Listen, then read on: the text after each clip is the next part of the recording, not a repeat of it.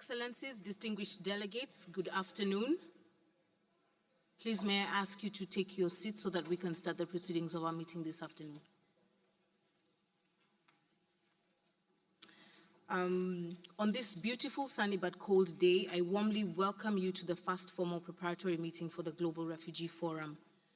Before we get started, please note that this session is being recorded and will be made available online afterwards. During today's meeting, we will first hear some welcome remarks from our co-host, His Excellency Felix Bowman, Ambassador and Deputy Permanent Representative of the Permanent Mission of Switzerland. Ms. Gillian Triggs, Assistant High Commissioner for Protection, will then deliver the opening remarks. Mr. Arafat Jamal, the coordinator of the Global Refugee Forum in 2023, will provide the insights on the political engagement for the GRF. Thereafter, Ms. Paveen Ali, head of the Global Compact on Refugee Coordination Team, will present the GRF roadmap and key considerations for the program of the GRF based on the background note which was shared with you in advance. Following the presentations, we look forward to hearing from you, to share your perspectives, thoughts, and views on how to shape the next GRF, the issues that you'd wish to be highlighted at the next forum in December, as well as your ideas on various aspects of the GRF.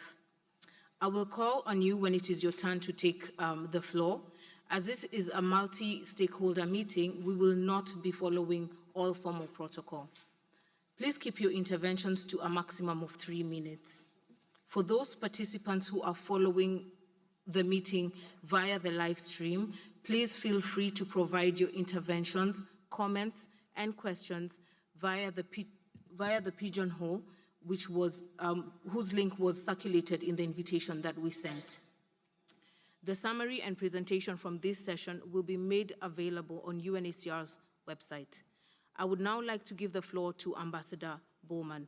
Excellency, the floor is yours. Thank you so much.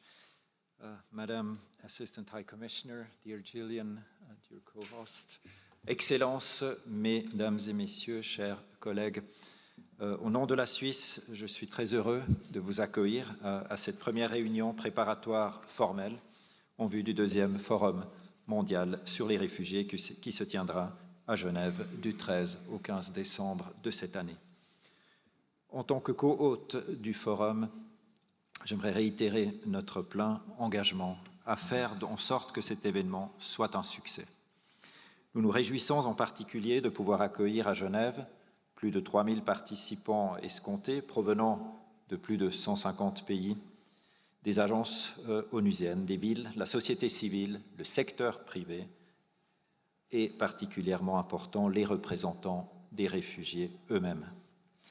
Ce large éventail d'acteurs reflète l'essence même du forum, à savoir la mobilisation de la société dans son ensemble pour faire face à ce défi global et complexe qui atteint en 2022 des niveaux sans précédent avec plus de 100 millions de personnes déplacées de force à travers le monde.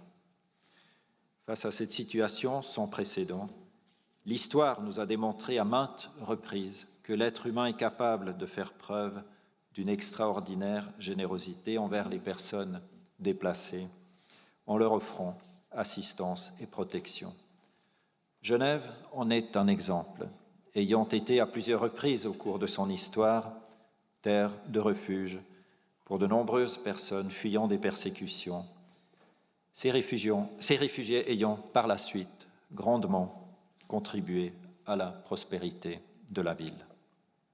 Et bien plus récemment, nous avons été témoins de l'incroyable élan de solidarité envers les hommes, femmes et enfants en nombre sans cesse croissant contraints de quitter leur pays. Mesdames et messieurs, après ces quelques remarques, je me permets peut-être de dire quelques mots au nom de la Suisse par rapport à nos attentes sur le forum. Cela évite de devoir reprendre la parole une deuxième fois par la suite. Lors du premier forum il y a 4 ans, nous avons posé les bases d'une formidable action collective à travers plus de 1700 engagements et 50 initiatives en faveur de réfugiés. Et pour cette deuxième édition, nous pouvons et nous devons faire encore mieux, en particulier en donnant les moyens aux pays d'accueil des réfugiés et de les inclure dans leur système socio-économique. Ces efforts ne doivent cependant pas nous faire oublier la nécessité de progresser dans la recherche de solutions durables. La Suisse poursuit cet objectif à travers sa coopération bilatérale et multilatérale.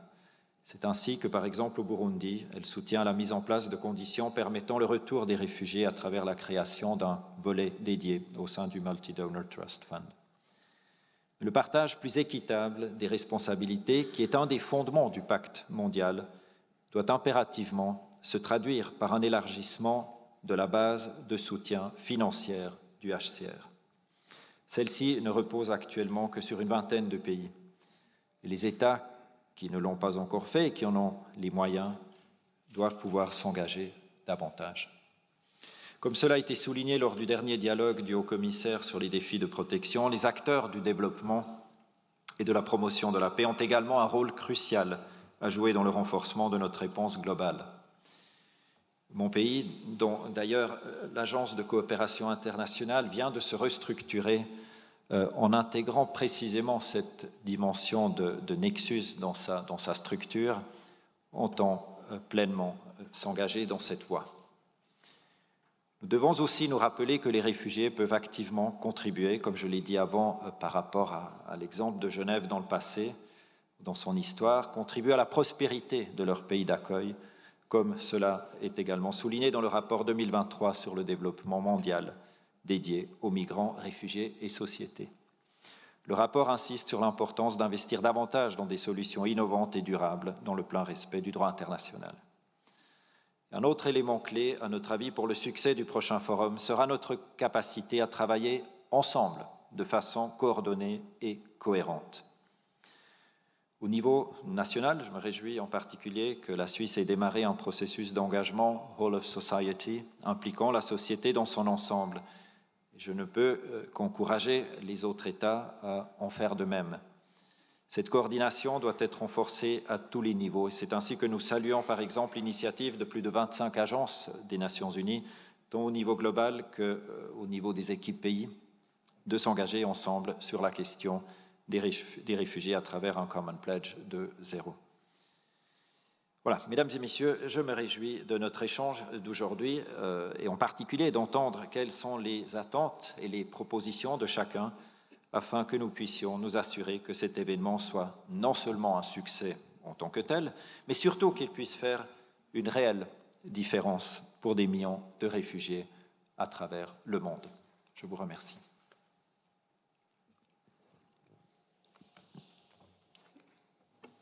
Thank you very much, Your Excellency.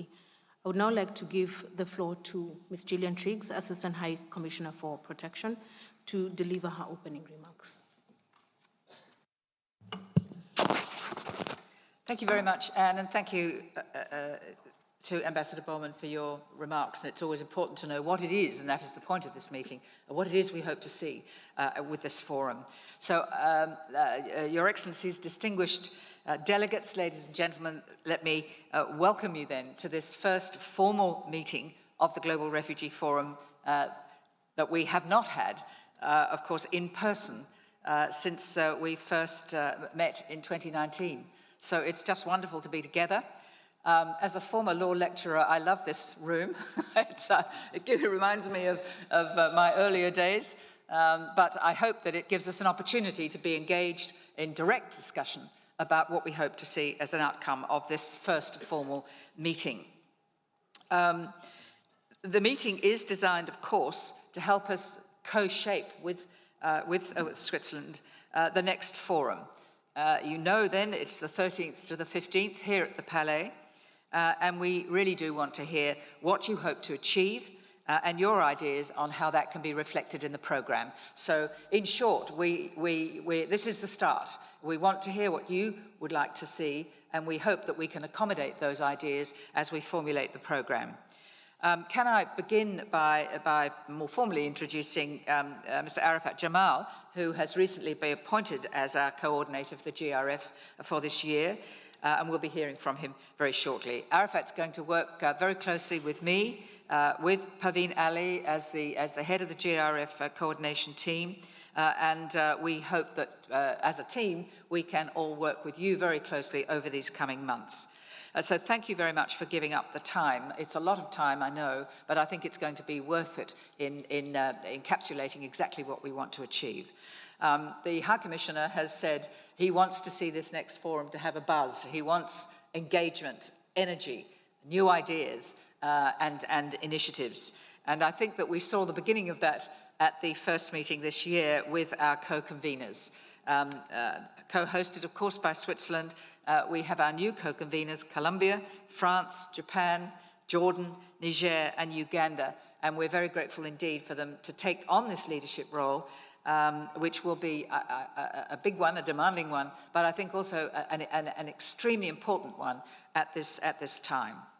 As Ambassador Bowman has said, since the first GRF, we are facing the size, scale, and complexity of global forcibly displacement in a way that we've never experienced before. It is truly unprecedented. This year, or rather last year, the High Commissioner reported 103 million people within our mandate displaced within their own country or displaced across national boundaries. It is a huge challenge for us to meet. And if I may say so, I personally, but certainly the UN Refugee Agency, is totally committed to the Global Compact on Refugees as providing us with the way forward. When we met in December 2019, it was a successful meeting.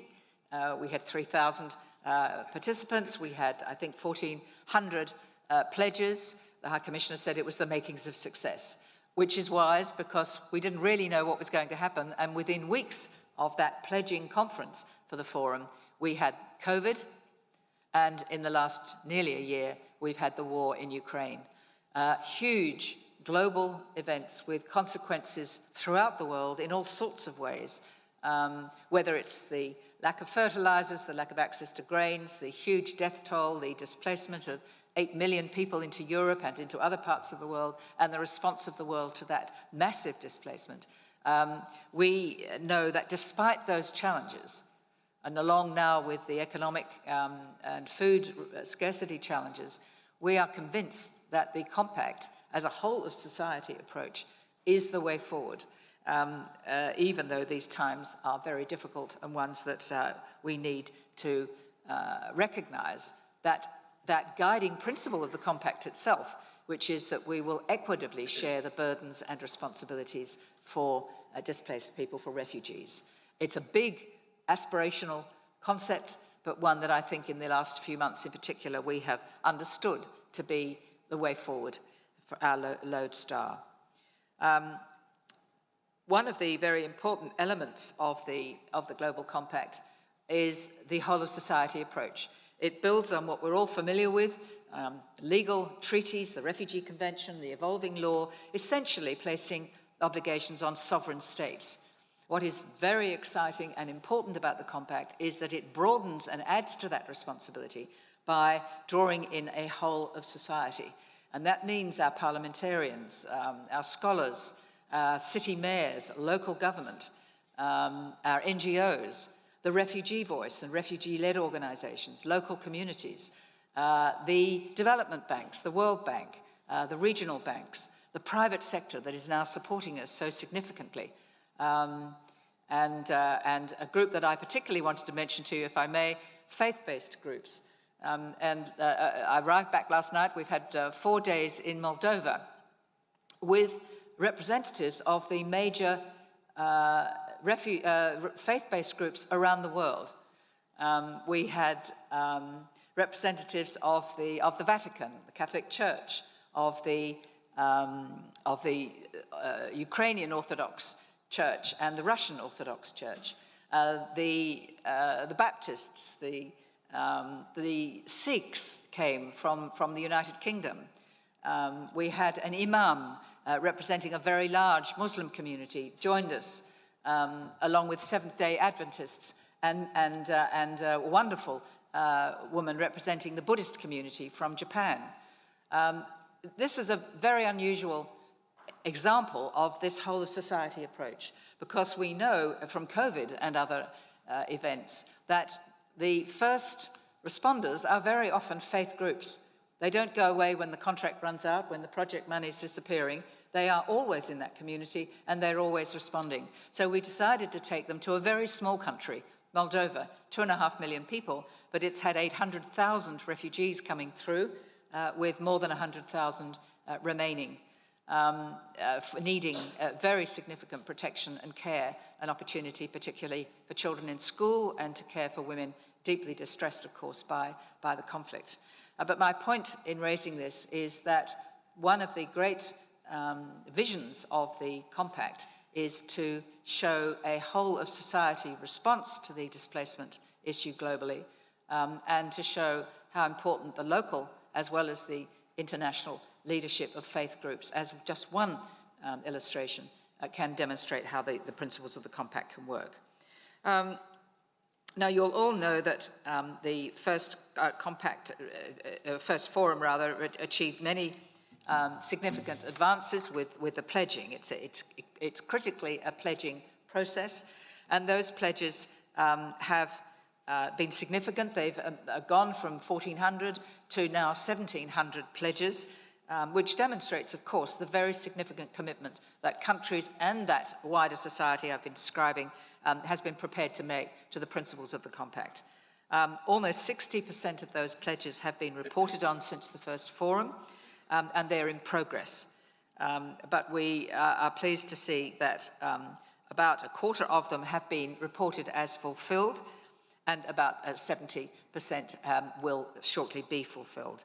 And may I, in this context, particularly commend one example, the United States, for launching the Welcome Corps very recently, a private sponsorship of refugees, which is in line with the very point that I'm making.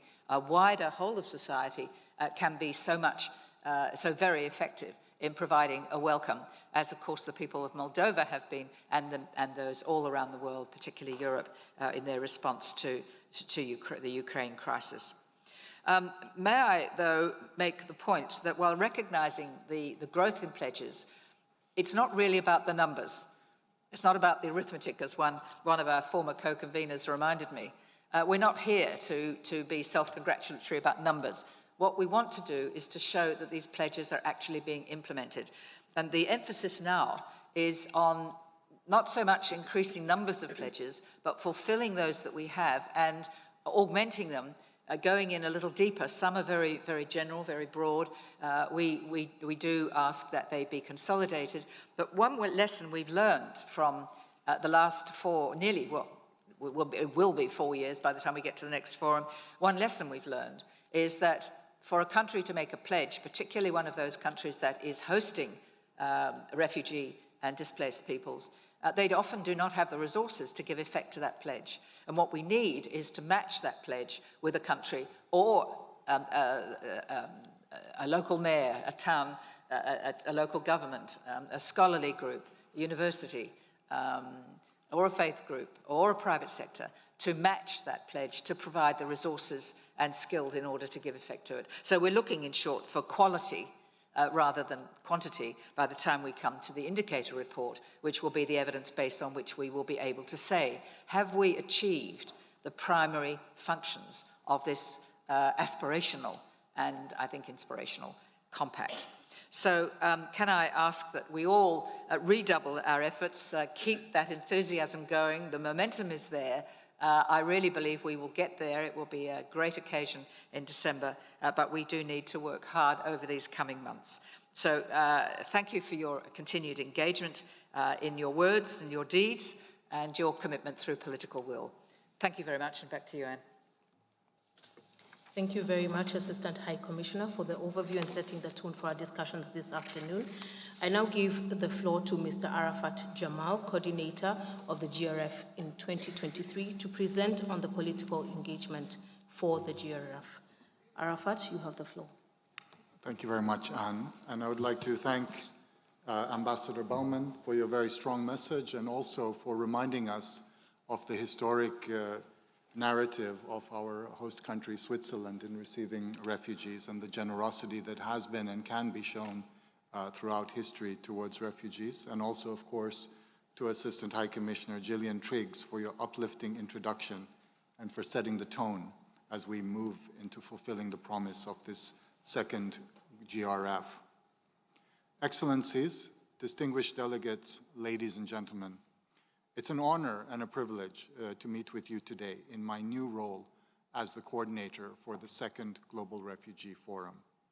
I have been tasked with supporting our executive office under Ms. Triggs' leadership on the political and diplomatic engagement needed to make this event and process a true success.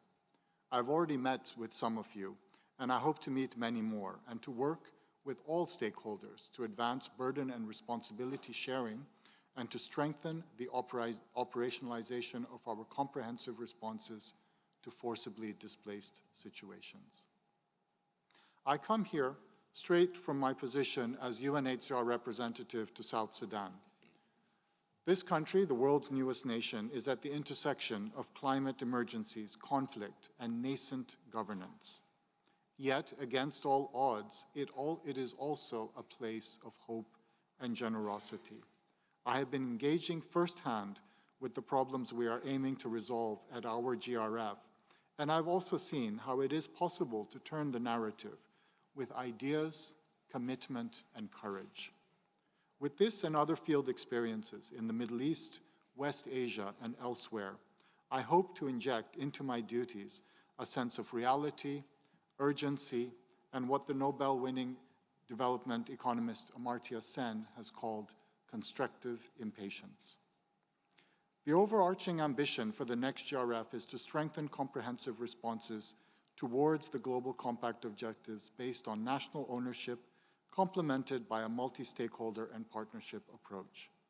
For our member states, the GRF is convened at the ministerial level, and our 6 co-conveners have been invited at and are expected to demonstrate their commitment and leadership at head of state and government level. Our other stakeholders are invited to come at suitably senior and action-oriented level. The overall objective is to bring together a tremendous group of decision makers that will underscore the political importance of the refugee cause and make the links to other global issues that exacerbate and drive displacement. From politics to conflicts to climate change and disasters to global social and economic crises. It is key that your governments and organizations demonstrate your commitment at this level. You all have an essential role to play in ensuring that refugee matters receive sustained political attention and support and are high on the international agenda. This can be advanced through arrangements for burden and responsibility sharing as set out in the GCR, such as the support platforms and national and regional arrangements, and the implementation of current pledges and development of new ones that are additional, quantifiable, and needs-driven, and, as Gillian has mentioned, that are also of quality. As the GRF is the engine to help translate these objectives into concrete, tangible commitments by states and other stakeholders, as we look for opportunities to better prepare and respond to displacement and to facilitate solutions. Distinguished delegates, how might we translate comprehensive responses into concrete action? We can do it by developing new pledges and matching those pledges with host countries' policy commitments while continuing to implement pledges from 2019. New pledges can, for example, 1, ease pressures on host countries through upscale development cooperation, regional and national arrangements, and support platforms. 2, they could enhance refugee self-reliance through increased social inclusion for refugees, through economic inclusion and access to livelihoods, and expanded access to education, health, and other essential services.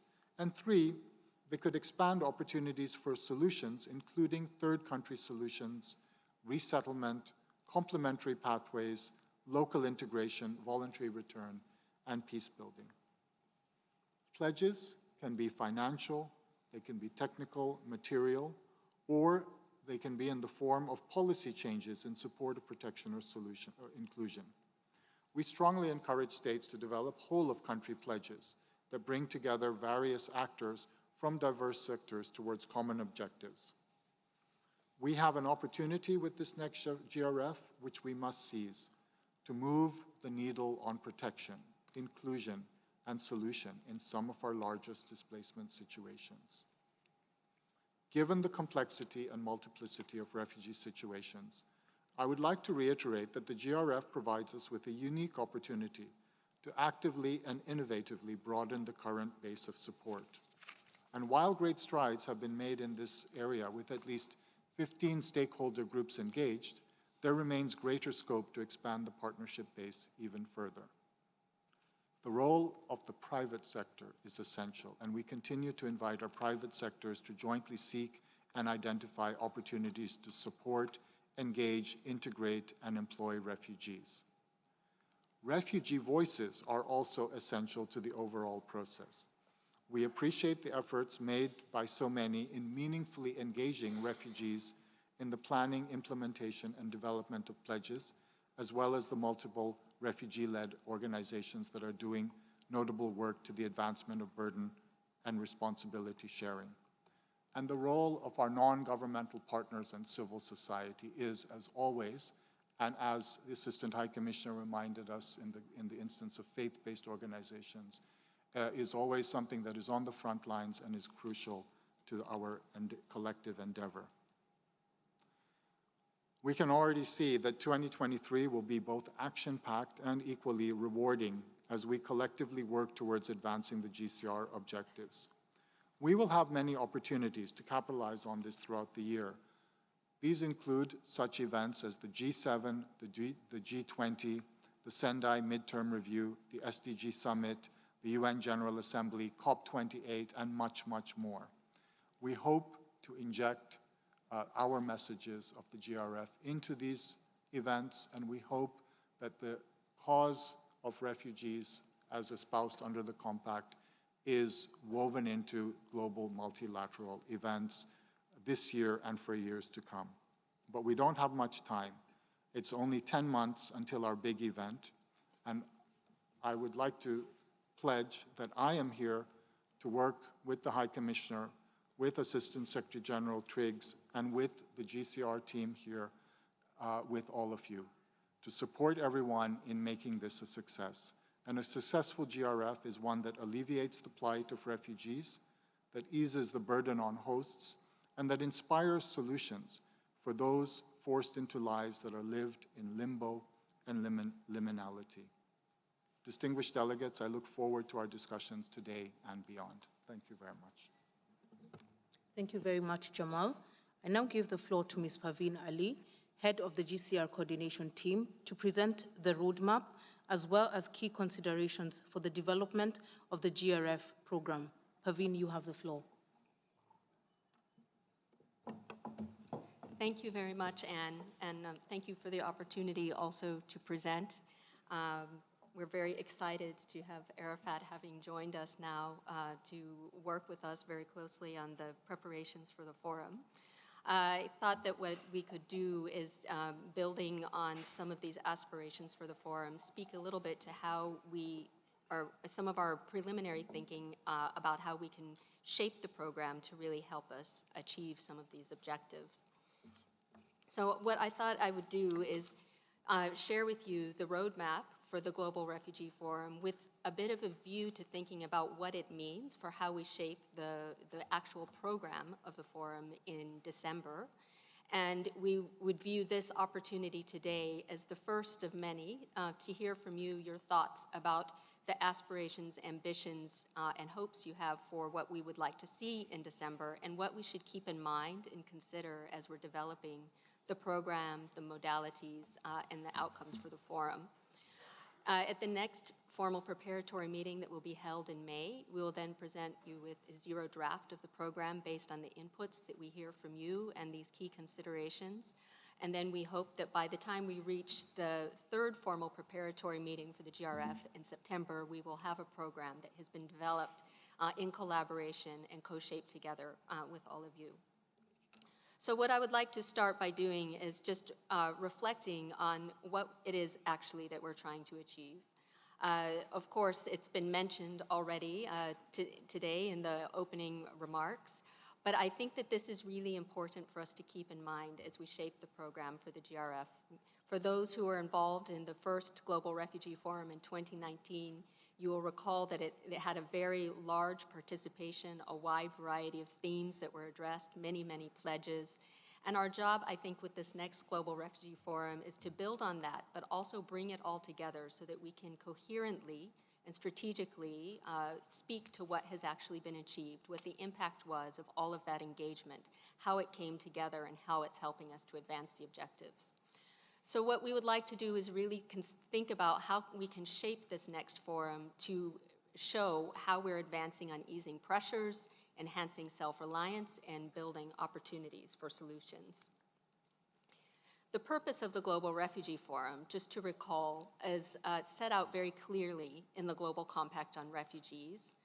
Of course, we have in the first part of the GCR, which many of you were involved in developing in 2018, it very clearly sets out the objectives and then follows with a series of arrangements, tools, and frameworks that can be used to help us achieve these objectives.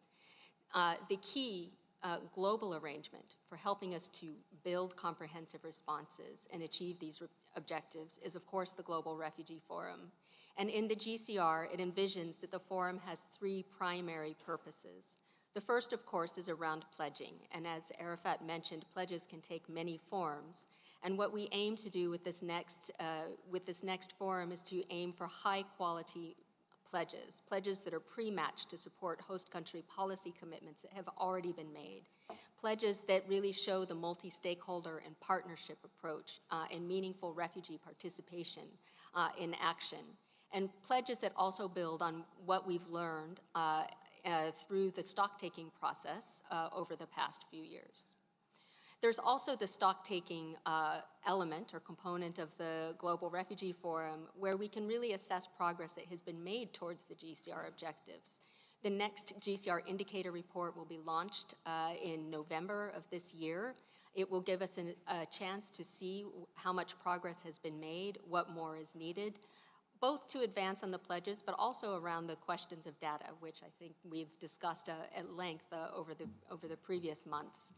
We will also have opportunities over the course of this year to continue to report against progress in pledge implementation. As the Assistant High Commissioner mentioned, we very much hope that we can bring the pledges that are currently in progress to fulfillment. And finally, we would like to create the space as envisioned in the Global Compact at the forum for continued exchange of learning through good practices and that can inspire future action, thinking about challenges that we're facing, how to address obstacles that may be impeding or posing challenges to the implementation of pledges, and how we can take this forward. All of this, of course, is undergirded by the multi-stakeholder and partnership approach in meaningful refugee participation, involving the 15 stakeholder groups that are outlined in the GCR. Just to recap very quickly what we have achieved since 2019. As was mentioned, we have nearly 1,700 pledges.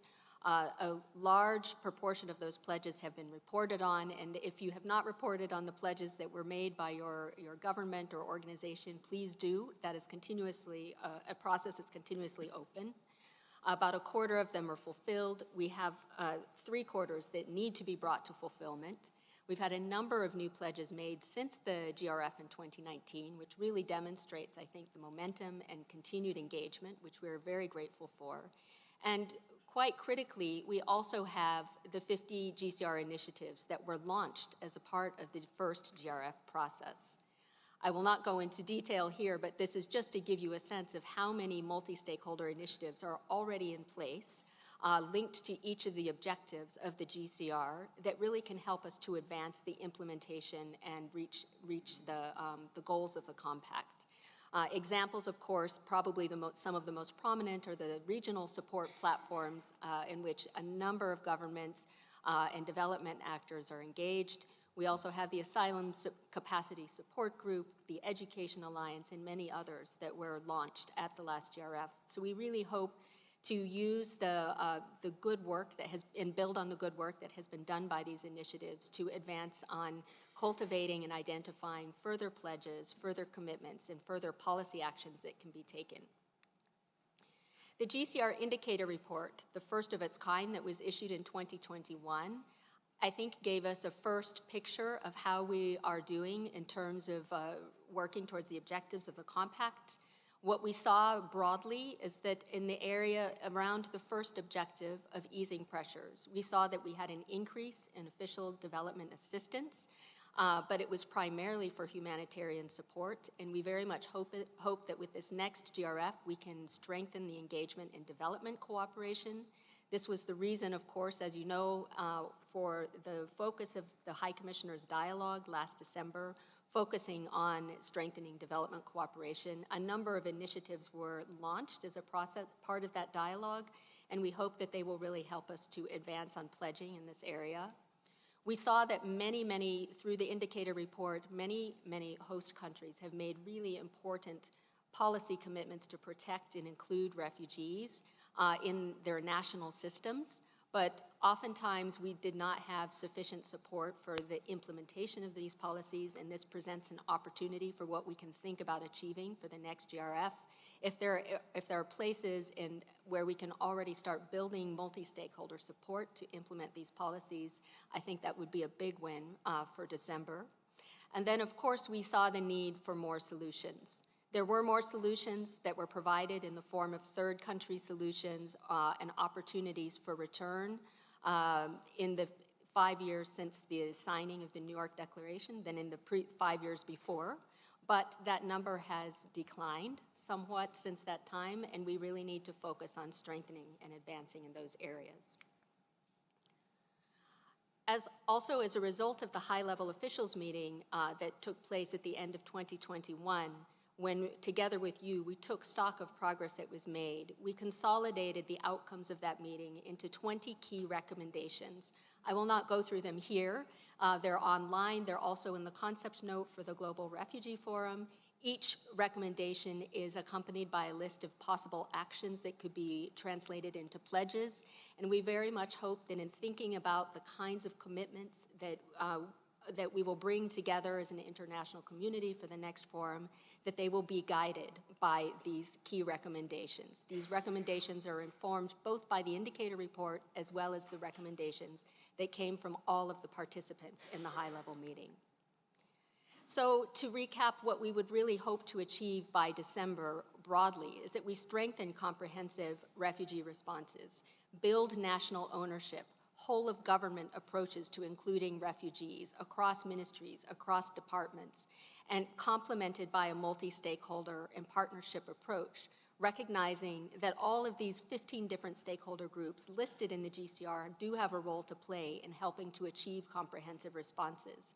We can build on what we have, the support platforms, the regional and national arrangements that have been put in place, the good work that has been done to advance on tracking of financing for refugee hosting countries, particularly by the OECD and through the DAC committee last year. We hope to see much more comprehensive reporting on this for the next GCR indicator report. We have opportunities to strengthen development cooperation through the initiatives that were launched to think about how to better include refugees in data systems at the national level and also in data policy to ensure that we can also track where progress is being made, and to think about how we can use the GCR more concertedly, systematically, and thoughtfully in the face of emergency responses, both with the pandemic and with the recent crisis in Ukraine. We've been asked again and again by many of you and many of our partners, how is the GCR helping us to strengthen our response in emergencies? Are there things we can do to really use the tools that are at hand in the GCR, the arrangements and the principles of the GCR to do so?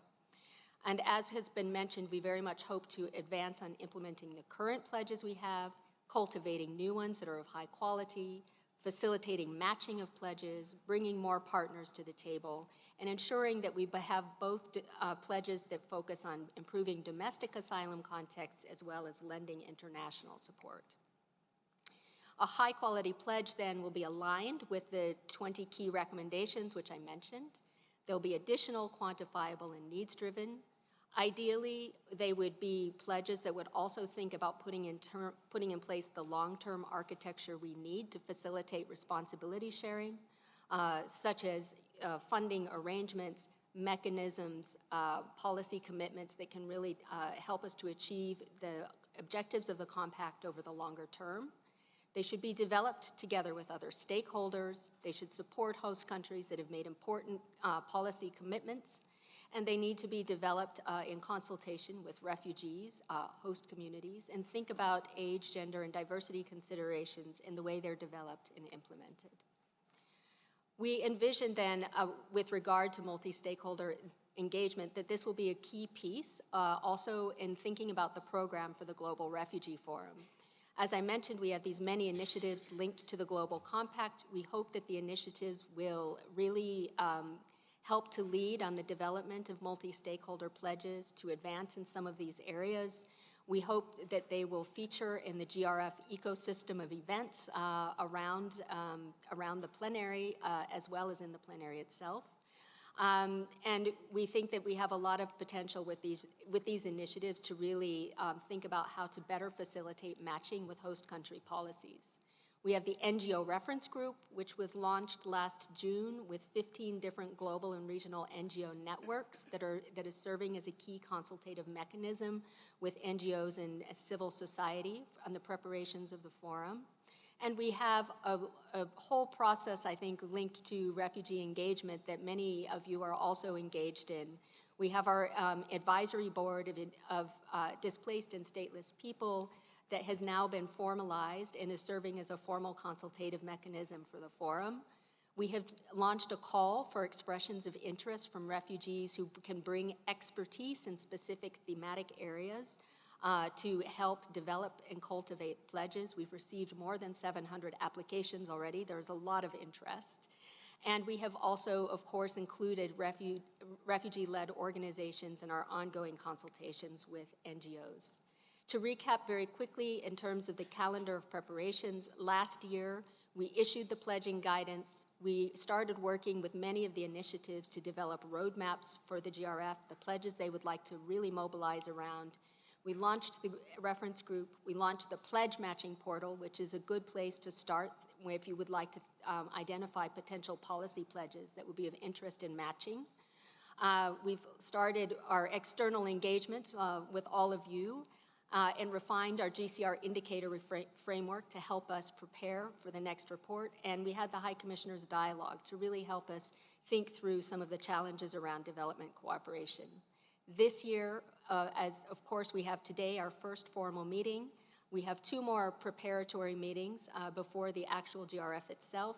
This is really a key consultative moment to co-shape the preparations in the program. We will also have informal briefings throughout the year, which will be an opportunity for many of our GCR initiatives to share their roadmaps for pledge development, make their calls to action, and we hope to hear from some of our very prominent initiatives at the first informal briefing that will be held in March. And then we have the forum itself here in Geneva. We will have an advanced day for events on the 12th.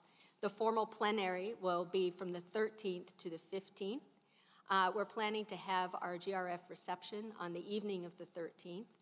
So these are some key dates to keep in mind and mark in your calendars. We very much hope that we will have high-level participation at the forum, as this is an extremely important sign of political commitment in keeping it high on the radar. So to conclude, I think I would just like to recap some of the considerations for the GRF program. One is that we really need to ensure that the program is not about being all things to all people, but really helps us to focus on achieving the desired outcomes that have been articulated today in the presentations. so we need to think about how we shape the program in a way that is quite strategic and will help us get there and help us to communicate the impact that the GCR is making.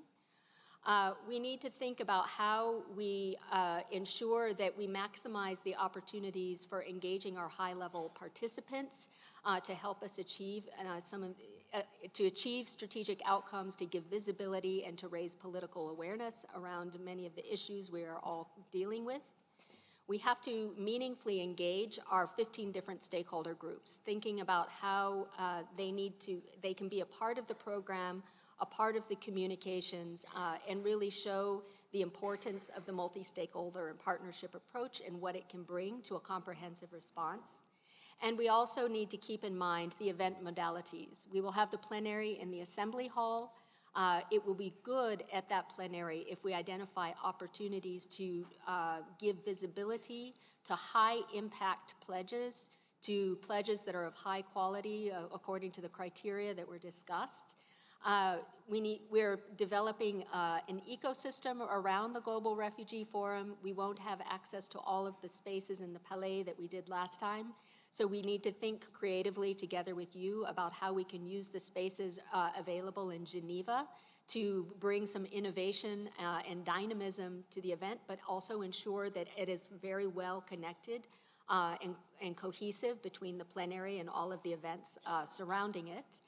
And we're thinking also together with the city of Geneva and with many of our partners about the kinds of pop-up events that might occur that will be linked to the themes of the GRF, that could be opportunities to really give more of a public-facing perspective on the GRF and to really build public awareness and social engagement in the process.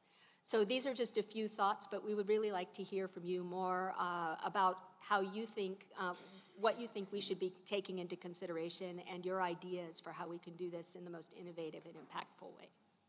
Thank you. Thank you very much, Paveen. Excellencies, distinguished delegates, we will now open the floor for interventions. If you would like to make an intervention, please raise your nameplate. We will do our best to accommodate as many interventions as possible within the time allocated for this session. I now recognize the distinguished representative of Colombia. Colombia, you have the floor. Muchas gracias, Anne. Señora Alta Comisionada Asistente, embajador,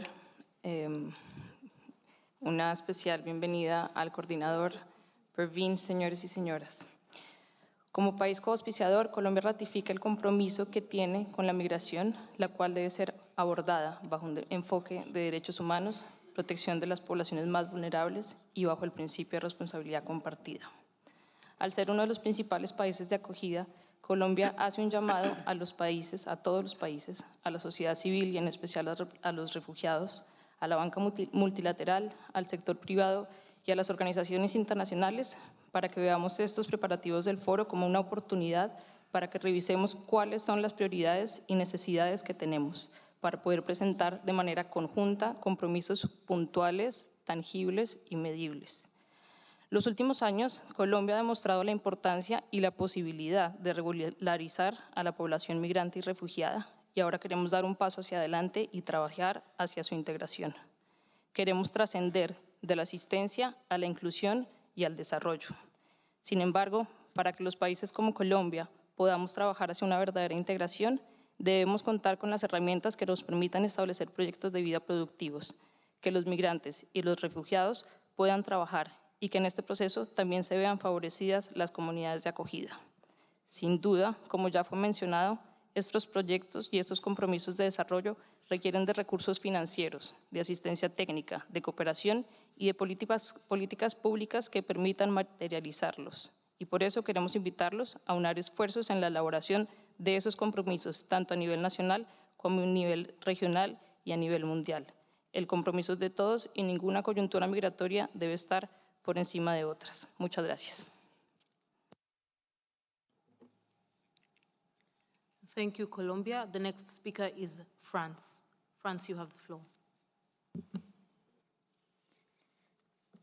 Madame la haute commissaire assistante, Mesdames et Messieurs les ambassadeurs, chers collègues, je suis particulièrement honorée de représenter le gouvernement français à cette première réunion préparatoire formelle au Forum mondial pour les réfugiés qui se tiendra en décembre cette année. En effet, notre rencontre aujourd'hui offre aux États participants et aux autres parties prenantes une occasion unique et utile de partager leurs ambitions pour le prochain forum. La France est porteuse de multiples ambitions en perspective de ce rendez-vous mondial, qui se tiendra pour la première fois 4 ans après la première édition de 2019. Ensemble avec le HCR et les États co-hôtes et co-parrains du Forum, la Suisse, la Colombie, le Japon, la Jordanie, le Niger et l'Ouganda, nous entendons mobiliser et faciliter la participation et l'engagement constructif de l'ensemble des États et parties prenantes telles que la société civile et le secteur privé. Nous les remercions par avance pour leurs efforts collectifs et leur engagement au cours des prochains mois. Alors que plus de 100 millions de personnes étaient contraintes à l'exil en 2022, nous devons redoubler d'efforts et d'innovation pour identifier et mettre en œuvre collectivement des solutions durables à ces déplacements dans un esprit de solidarité avec les déplacés et les communautés qui les accueillent. Bien que des progrès significatifs aient été réalisés depuis le premier forum de 2019, les besoins continuent de dépasser les ressources disponibles.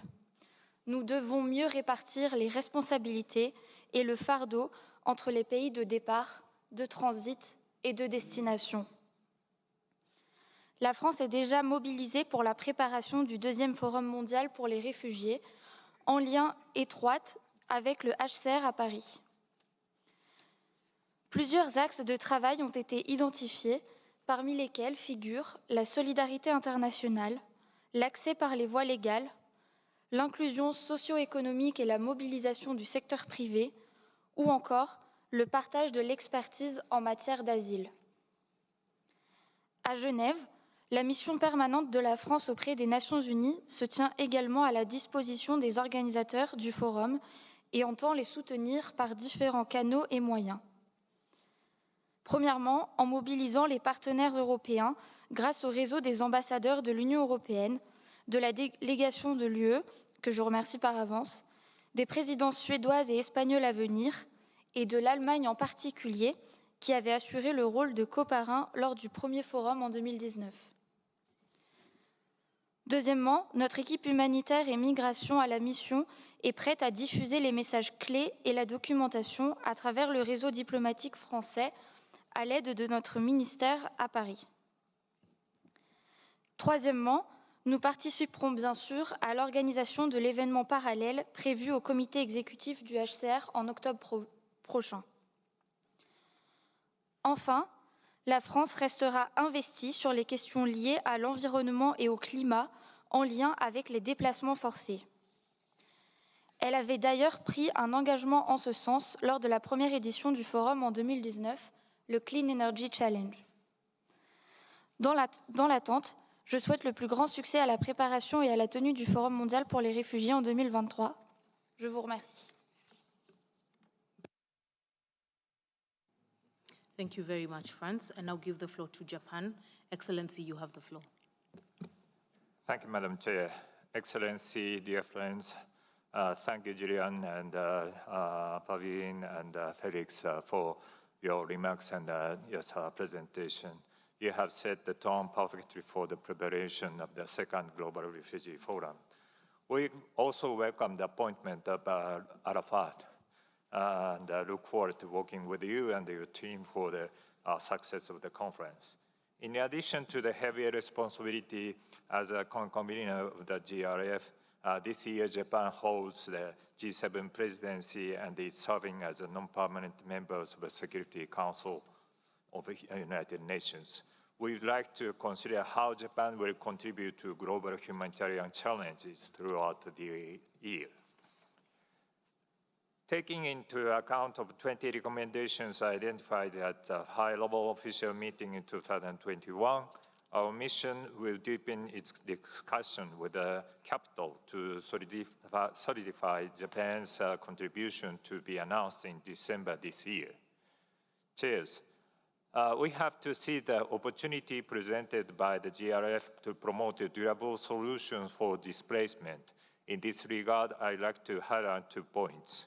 First, it is critical right now to promote the human development peace nexus. Development actors play an indispensable role in ensuring durable solutions for refugees, as we had discussed at the High Commissioner's Protection Dialogue last December. In order to improve the living condition of both refugees and the host communities, and to create a conducive environment for voluntary and sustainable return, the HDP nexus is paramount. Japan has a good example of HDP nexus in action in collaboration with the countries such as Uganda and Colombia, and also the Cambodia and Ukraine. This is an example of the peace-building component of Nexus, which is essential for voluntary and sustainable return. We believe that showcasing these kinds of activities and exchanging knowledge and expertise, the forum could be a key milestone in the promotion of the Nexus for durable solution for displacement. Second, we have to expand the donor base. It is substantial for only specific host countries and donors to support refugees and other displaced persons. Thus, we need a wide range of participation in GRF, from the so-called missing middle to provide private sector in 2022. We received a record amount of donation from the private sector in Japan. The private sector also provides with work opportunity that enhance the self-resilience of refugees. The GRF should be the cornerstone of efforts to amplify engagement by the private sector. From this perspective, I think it is essential to ensure that the forum is inclusive, including a wide range of actors such as those from the Missing Middle Development Agency, including MDBs, the private sector, local communities who work on the front line for refugee acceptance, and the refugees themselves. I thank you. Thank you very much, Japan. I now give the floor to Jordan. Your Excellency, you have the floor. شكرا ستي وشكرا للمفوضية السامية لشؤون اللاجئين ولسويسرا على تنظيم هذا الاجتماع. نرحب بأخينا عرفات جمال معنا هذا اليوم، وشكرنا الموصول دائما لبارفين على جهودها الجبارة في عرض التحديات الهائلة الذي يواجهها مجتمعنا الدولي في مجال اللاجئين ورعايتهم. يأتي اجتماعنا هذا في إطار الاستعدادات للمنتدى العالمي الثاني للاجئين، والذي تشارك هذه المرة بلادي في تنظيمه مع زملائي الجالسين ودولهم هنا معي، في ظل ظروف غير مسبوقة يمر بها العالم من حيث أعداد اللاجئين والنازحين حول العالم، والتي بلغت رقما مهولا، وهو الأمر الذي يمثل تحديا أمام المجتمع الدولي والمفوضية للاستجابة الفعالة لأزمة اللجوء، وخلق حلول مبتكرة من خلال تنويع قاعدة الدعم وتوسيعها، وتعزيز التضامن الدولي، وأوجه الترابط بين التداخلات الإنسانية والإنمائية، وإيجاد الأساليب المبتكرة لتمويل أوضاع اللاجئين، وتعزيز دور القطاع الخاص، والعمل مع شركاء المفوضية في التنمية وشركاء وجموعا أيضا.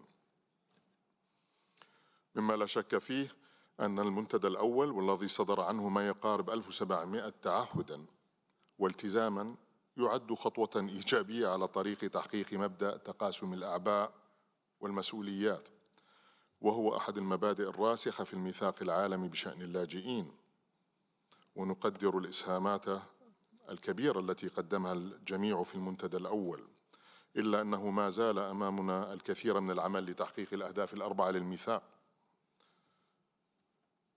فقد بات واضحا للجميع أن الميثاق العالمي للاجئين والمنتدى العالمي للاجئين المنبثق عنه يشكلان طريقنا يشكلان طريقا للمضي قدما في التعامل مع أزمات اللجوء. نأمل في أن تكون تعهداتنا الجديدة في اجتماعنا القادم أكثر فاعلية، تأخذ بعين الاعتبار التوصيات العشرين المنبثقة عن الاجتماع رفيع المستوى الذي عقد العام الماضي 2021.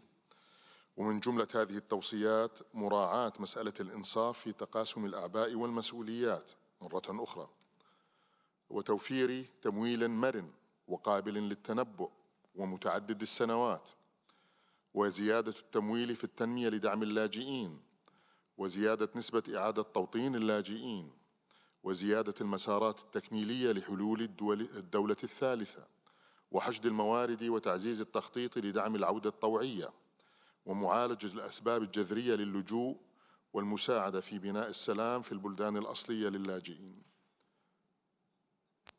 ومن الضروري أيضا ومما لا شك فيه إذا تعلمنا دروسنا وبنينا على خبراتنا أن تكون التعهدات قابلة للقياس ومرتبطة بالحاجات الفعلية للاجئين والمجتمعات المستضيفة لهم، مع التركيز على طبعا أكيد على أهداف الميثاق الأربعة بشكل متوازن.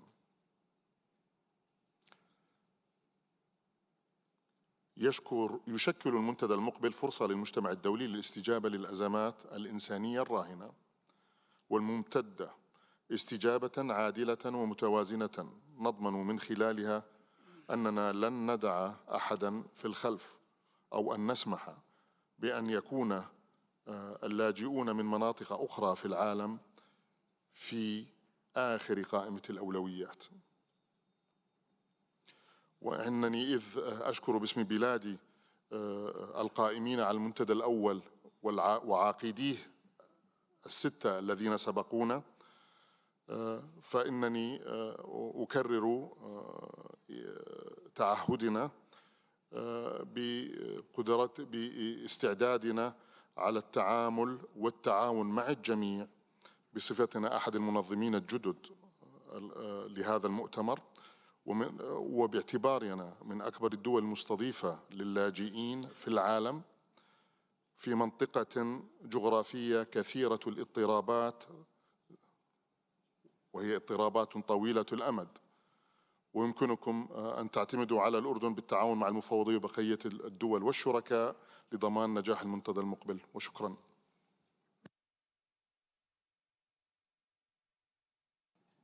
Thank you very much, Jordan. I now give the floor to Niger. Excellency, you have the floor. Merci Madame la modératrice. Je voudrais avant tout propos féliciter les différents intervenants pour leurs remarques liminaires et leur présentation très riche en informations. Je voudrais particulièrement féliciter M. Arafat Jamal pour sa nomination en tant que coordonnateur du Forum mondial sur les réfugiés de 2023 et l'assurer de notre disponibilité et de notre engagement à pleinement collaborer en vue du succès de ce forum. Mon pays se réjouit évidemment de faire partie des co-organisateurs du prochain forum et de prendre part à cette première réunion préparatoire du forum en question, qui constituera, après celui de 2019, l'instance chargée d'évaluer la mise en œuvre des engagements pris par les États et les autres parties prenantes concernées et de mobiliser davantage les contributions de ceux-ci pour l'atteinte des objectifs du pacte mondial sur les réfugiés, ainsi que de prendre de nouveaux engagements. Et comme nous l'avons déjà dit à d'autres occasions, le Niger est directement impacté par les différentes crises qui se sont développées tant au Sahel qu'autour du lac Tchad ou encore dans le sud de ses frontières, toutes choses qui ont conduit au fil des années à l'arrivée des réfugiés sur le sol nigérien et des mouvements forcés de nos populations. À ces situations de conflit se greffent des cycles de sécheresse et d'inondations qui privent des centaines de milliers de personnes d'abris et de sources de substances, obligeant souvent nos populations à quitter leur demeure. Mais en dépit de des défis qui s'y attachent, le Niger gardera ses portes ouvertes pour assurer l'accès à l'asile à toute personne victime de déplacements forcés et continuera à œuvrer pour leur trouver des solutions durables. Des projets innovants de prise en charge et surtout d'intégration dans le tissu social local et de renforcement des capacités de résilience sont poursuivis ou envisagés pour les populations réfugiées et les communautés qui les accueillent. Pour continuer à assurer l'éducation aux enfants victimes de déplacements ou réfugiés, le Niger a créé des centres de regroupement dont l'accès est ouvert même aux enfants des réfugiés. En outre, le Niger poursuit l'exécution de sa politique ambitieuse d'alternative aux camps de réfugiés à travers le programme d'urbanisation visant, entre autres, à assurer l'accès à la propriété foncière et aux logements sociaux aux réfugiés vulnérables.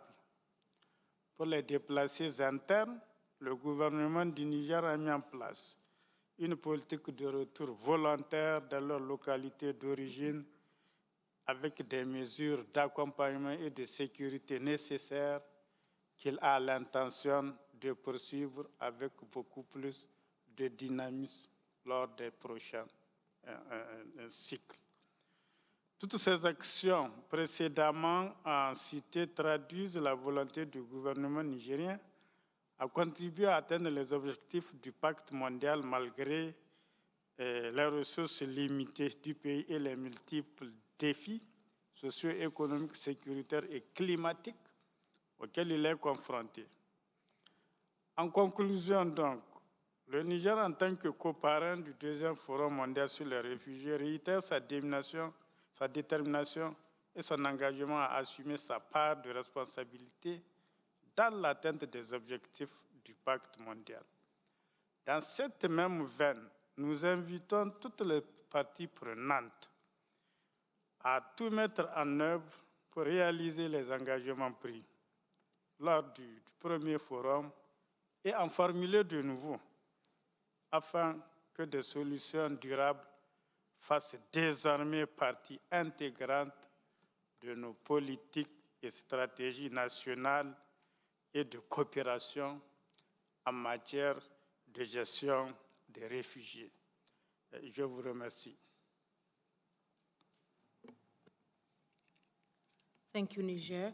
Before I go to the next speaker, I would kindly request that we please provide our statements to facilitate good quality interpretation to the email address speeches@un.org, speeches@un.org. My colleagues are looking into the possibility of displaying the email address on the screen above us. The next speaker on my list is Uganda. Excellency, you have the floor. Thank you, Chair. I would like to take this opportunity to thank you, Chair, specifically for being an exceptional co-host for GRF, a role that you continue to play with great ease and selflessness. We are grateful to the coordination and support that you offer to the co-convener in all informal meetings we often hold behind the scenes. I also extend the gratitude of my government to the UNHCR, especially the distinguished team that is ably engaging and guiding us as convener for this second GRF. We warmly welcome Arafat to the winning team. Chair, our role as the largest refugee hosting country in Africa comes with enormous, heavy, and sometimes burdensome responsibilities. Uganda's refugee response program is informed by our history, and this fact continues to directly impact on the decisions we often make as a country, and most important, as a government.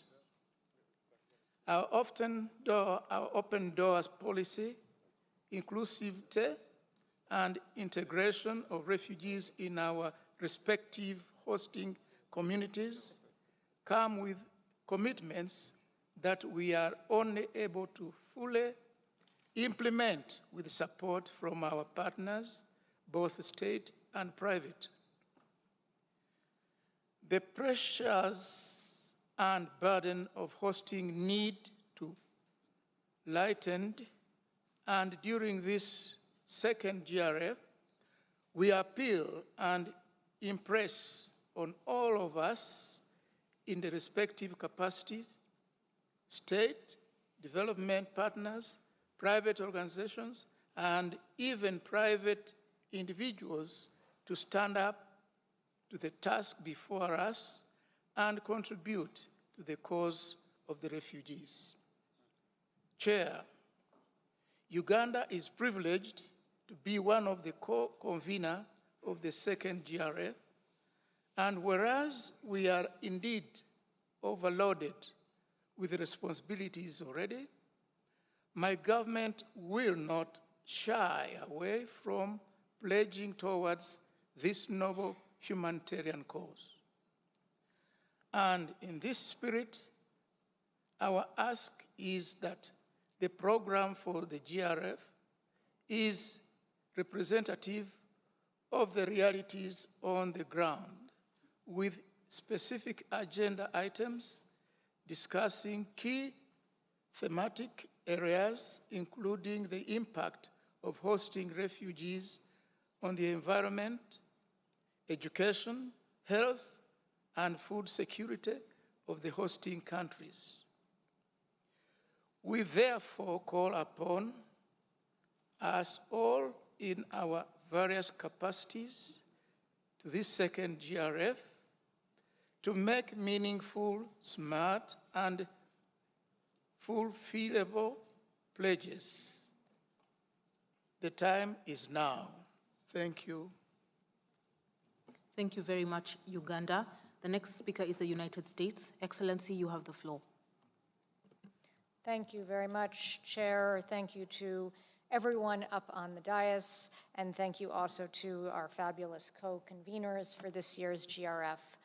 The United States will pursue several lines of engagement in the run-up to the GRF, and we have developed a strategy and vision to guide our efforts over the next year. We will focus those efforts along three main pillars. First, we will focus on promoting solutions and inclusion for forcibly displaced and stateless persons through U.S. humanitarian diplomacy. Second, we will foster innovative partnerships with the private sector, development actors, and organizations led by forcibly displaced and stateless persons. And third, we will lead by example on U.S. pledge implementation and encourage robust participation and matching by other member states. Further, to ensure our efforts are effective, we currently plan to focus on the following regions and populations. First, displaced Burmese, including Rohingya. Second, Central and South America. And third, the Horn of Africa. Additionally, we plan to participate in several groups of friends to generate new pledges and initiatives around key thematic priorities such as education. In the run-up to the GRF, we encourage member states to develop their GRF strategies, increase pledge matching, and actively participate in various GRF meetings and processes to ensure the GRF is a success. For our part, we have made good progress so far on our pledge implementation and will continue to implement our pledges over the next year. As Assistant High Commissioner for Protection Triggs mentioned, on January 19th, we were pleased to launch Welcome Corps, a new private sponsorship program that empowers Americans to play a leading role in welcoming refugees arriving through the U.S. Refugee Admissions Program and supporting their resettlement and integration as they build new lives in the United States. This fulfills a pledge we made at the 2021 high-level officials meeting to launch a private sponsorship program. Last year, I was pleased to chair the group of friends of UNHCR's I Belong campaign to end statelessness, and our Undersecretary for Civilian Security, Democracy, and Human Rights pressed for women's equal nationality rights at the UN High-Level Political Forum last July. These efforts highlight the United States' ongoing fulfillment of our pledges made at the 2019 high-level segment on statelessness to engage in strong U.S. diplomacy on the prevention and reduction of statelessness and to champion the goal of achieving nationality law reforms in the 24 countries that currently do not allow women to confer citizenship on their children on an equal basis with men. We will continue pledge implementation over the coming year to further the GCR objectives, particularly the objectives to increase burden and responsibility sharing and enhance refugee self-reliance and inclusion in national systems. Thank you. Thank you, United States. The next speaker is Ikva, who will be delivering an NGO-coordinated statement. Ikva, you have the floor.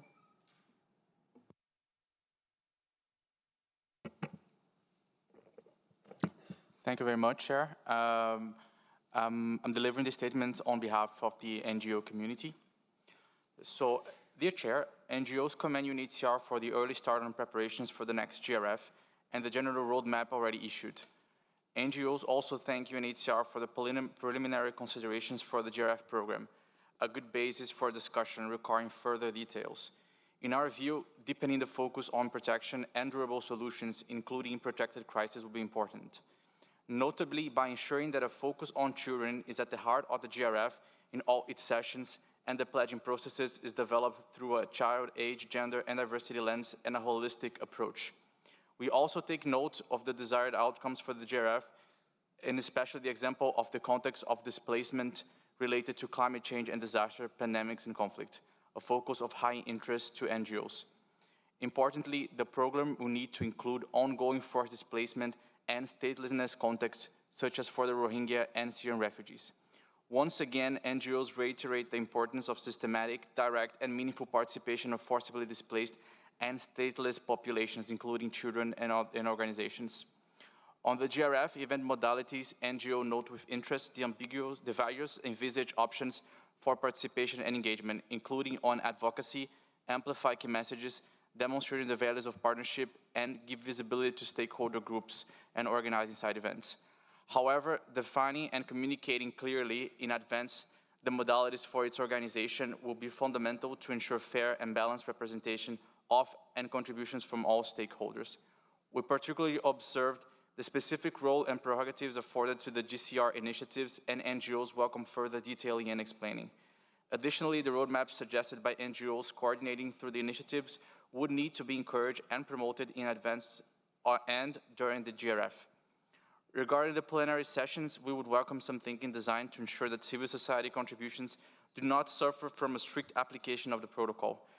Being mindful of the practical complexities of such organization, we nonetheless worry about plenary sessions and other events in parallel and separate locations. Further details are welcome to avoid having two categories of participants. Finally, we strongly suggest that developing the program should also be directly connected to the pledging process and to concrete effort to take stock of progress and learn lessons over this year. Working to better translate the GRF preparation process at national and regional levels will be paramount. NGO was worried that the approach remains overly global and only accessible to stakeholders in Geneva. There are important existing opportunities that should be complemented, and NGOs call on UNHCR to fully exercise its catalytic role in this space. Thank you. Thank you very much, Ikva. The next speaker is a global academic interdisciplinary network giving their intervention via Zoom. Gain, you have the virtual floor.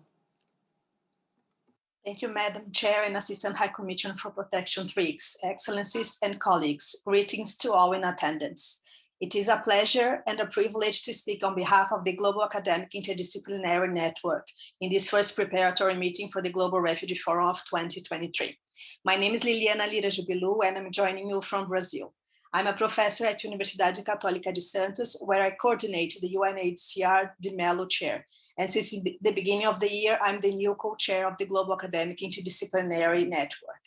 GAIN was set up by the 2018 Global Compact on Refugees and has been active since the 2019 GRF under the coordination of Professor Jeff Gilbert and with the support of UNHCR, where I'd like to highlight the amazing work of Ana Carolina Pinto Dantas and Laura de Sommer. GAIN aims to facilitate research, teaching, scholarship, and solidarity with forcibly displaced scholars in support of the objectives of the Global Compact. In order to achieve these objectives, GAIN acts in several areas and manners. An important activity to highlight is the Sérgio Vieira de Mello Chairs, an initiative launched in Brazil in 2003, paying homage to Sérgio Vieira de Mello, a humanitarian worker who dedicated his life to refugee protection and human rights. The De Mello Chairs is a framework for UNHCR to partner with universities with the objective of strengthening academic engagement in and disseminating knowledge and forced displacement through a non-transitional partnership, formalized through memorandums of understandings. The model is rather flexible, but stems from existing work on 3 pillars by the university: teaching, researching, and community outreach. Nowadays, there are 38 chairs in Brazil, 3 in the Dominican Republic, 1 in Costa Rica, 1 in the United Kingdom, and 2 in Ethiopia.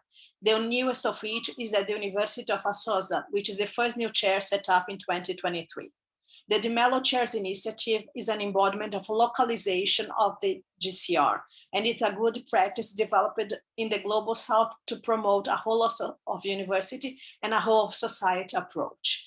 For the reason, GAIN plans to expand the model even further in 2023 and is looking at partners who would like to support universities in middle and low-income countries hosting the majority of the world's refugees.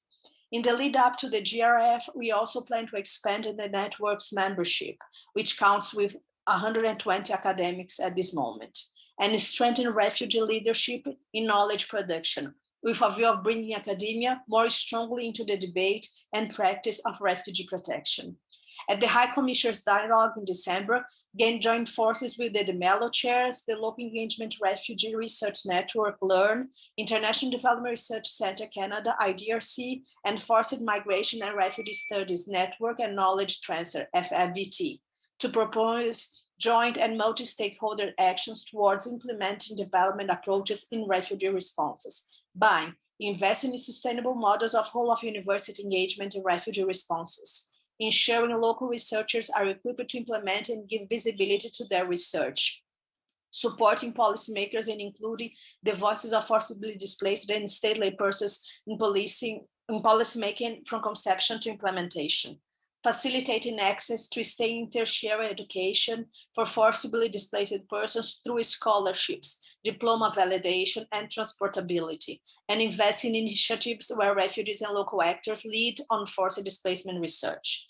If you want to connect to learn more about GAIN, the De Mello Chairs framework, or join the development initiative for localizing knowledge and responses presented at the High Commissioner's Dialogue, please feel free to contact us at gain.globalnetwork@gmail.com or reach out to the HQ DCR mailbox. Thank you so much and looking forward to seeing you all in December.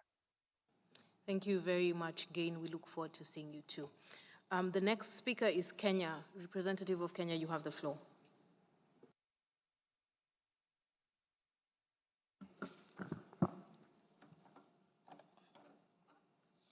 Thank you, Assistant High Commissioner, Excellencies, Ambassadors, and Permanent Representatives, distinguished delegates.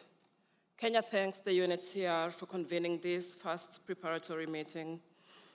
As a long-standing and major host country, Kenya welcomes the second Global Forum on Refugees 2023, anchored on the Global Compact of Refugees towards ensuring more equitable and predictable responsibility sharing with host countries and host communities. At a moment when the number of displaced persons is more than 100 million, and as we witness the severity of more displacement drivers, particularly violent conflict and climate change, the need for greater solidarity, equity, and responsibility sharing has never been greater and even more urgent.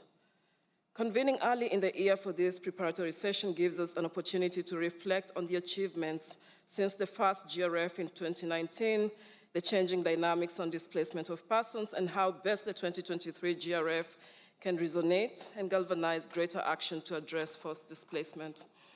This is also considering the challenges as well as the opportunities that we can leverage. Moving forward into the 2023 GRF, Kenya specifically notes the following. It is imperative to capitalize on ensuring that the pledges made in 2019 are fully actualized, particularly on responsibility sharing, to ease the pressure on host countries. Honoring the pledges made remains a crucial factor to ensure that the gains are tangible and that the confidence on the upcoming GRF later this year and future GRFs is upheld. Secondly, at 8% of the pledges made during the first GRF in 2019, resettlements and complementary pathways were the areas where the least pledges were made. In this regard, we look forward to more pledges towards broadening resettlement and other complementary pathways. Third, drawing from the High Commissioner's dialogue in December, which focused on development, it is important to leverage development and its role particularly in strengthening protection, but most importantly, development's role in peace building and creation of conducive conditions in countries of origin for dignified return and reintegration. Also important is that development remains an integral preventive measure to force displacement in the first place. We look forward to seeing attention to the climate emergency's humanitarian impacts, particularly forced displacement and mobilized action to avert and address climate-induced displacement. Regrettably, adverse climate events and violent conflict continue to be the leading drivers of forced displacement and are frequently intersecting with conflict in already very fragile areas. This is amplifying displacement while regrettably undermining communities' resilience. Lastly, and importantly, is also the imperative to mobilize greater support to address the root causes to forced displacement. In line with the Global Compact on Refugees, Kenya looks forward to pledges that support the search for solutions, including through assistance to countries of origin. We also urge that both new and protracted situations remain on the international agenda and receive the commensurate political, diplomatic, and financial support. As I conclude, Assistant High Commissioner, Kenya assures the UNHCR, the co-hosts, and the co-conveners of the 2023 GRF of our support towards the success of the upcoming GRF. And I thank you all for your attention. Thank you, Kenya. The next speaker is Mexico. Mexico, you have the floor. Muchas gracias, señora secretaria. Gracias a los panelistas. El primer Foro Mundial de Refugiados de 2019 fue un momento trascendental en el que la comunidad internacional se comprometió a avanzar los objetivos del pacto a través de medidas concretas. Hoy podemos afirmar que los compromisos e iniciativas surgidas de este primer foro han permitido sentar las bases para la construcción de un régimen internacional de refugio cada día más humano, solidario, corresponsable y que promueva las soluciones.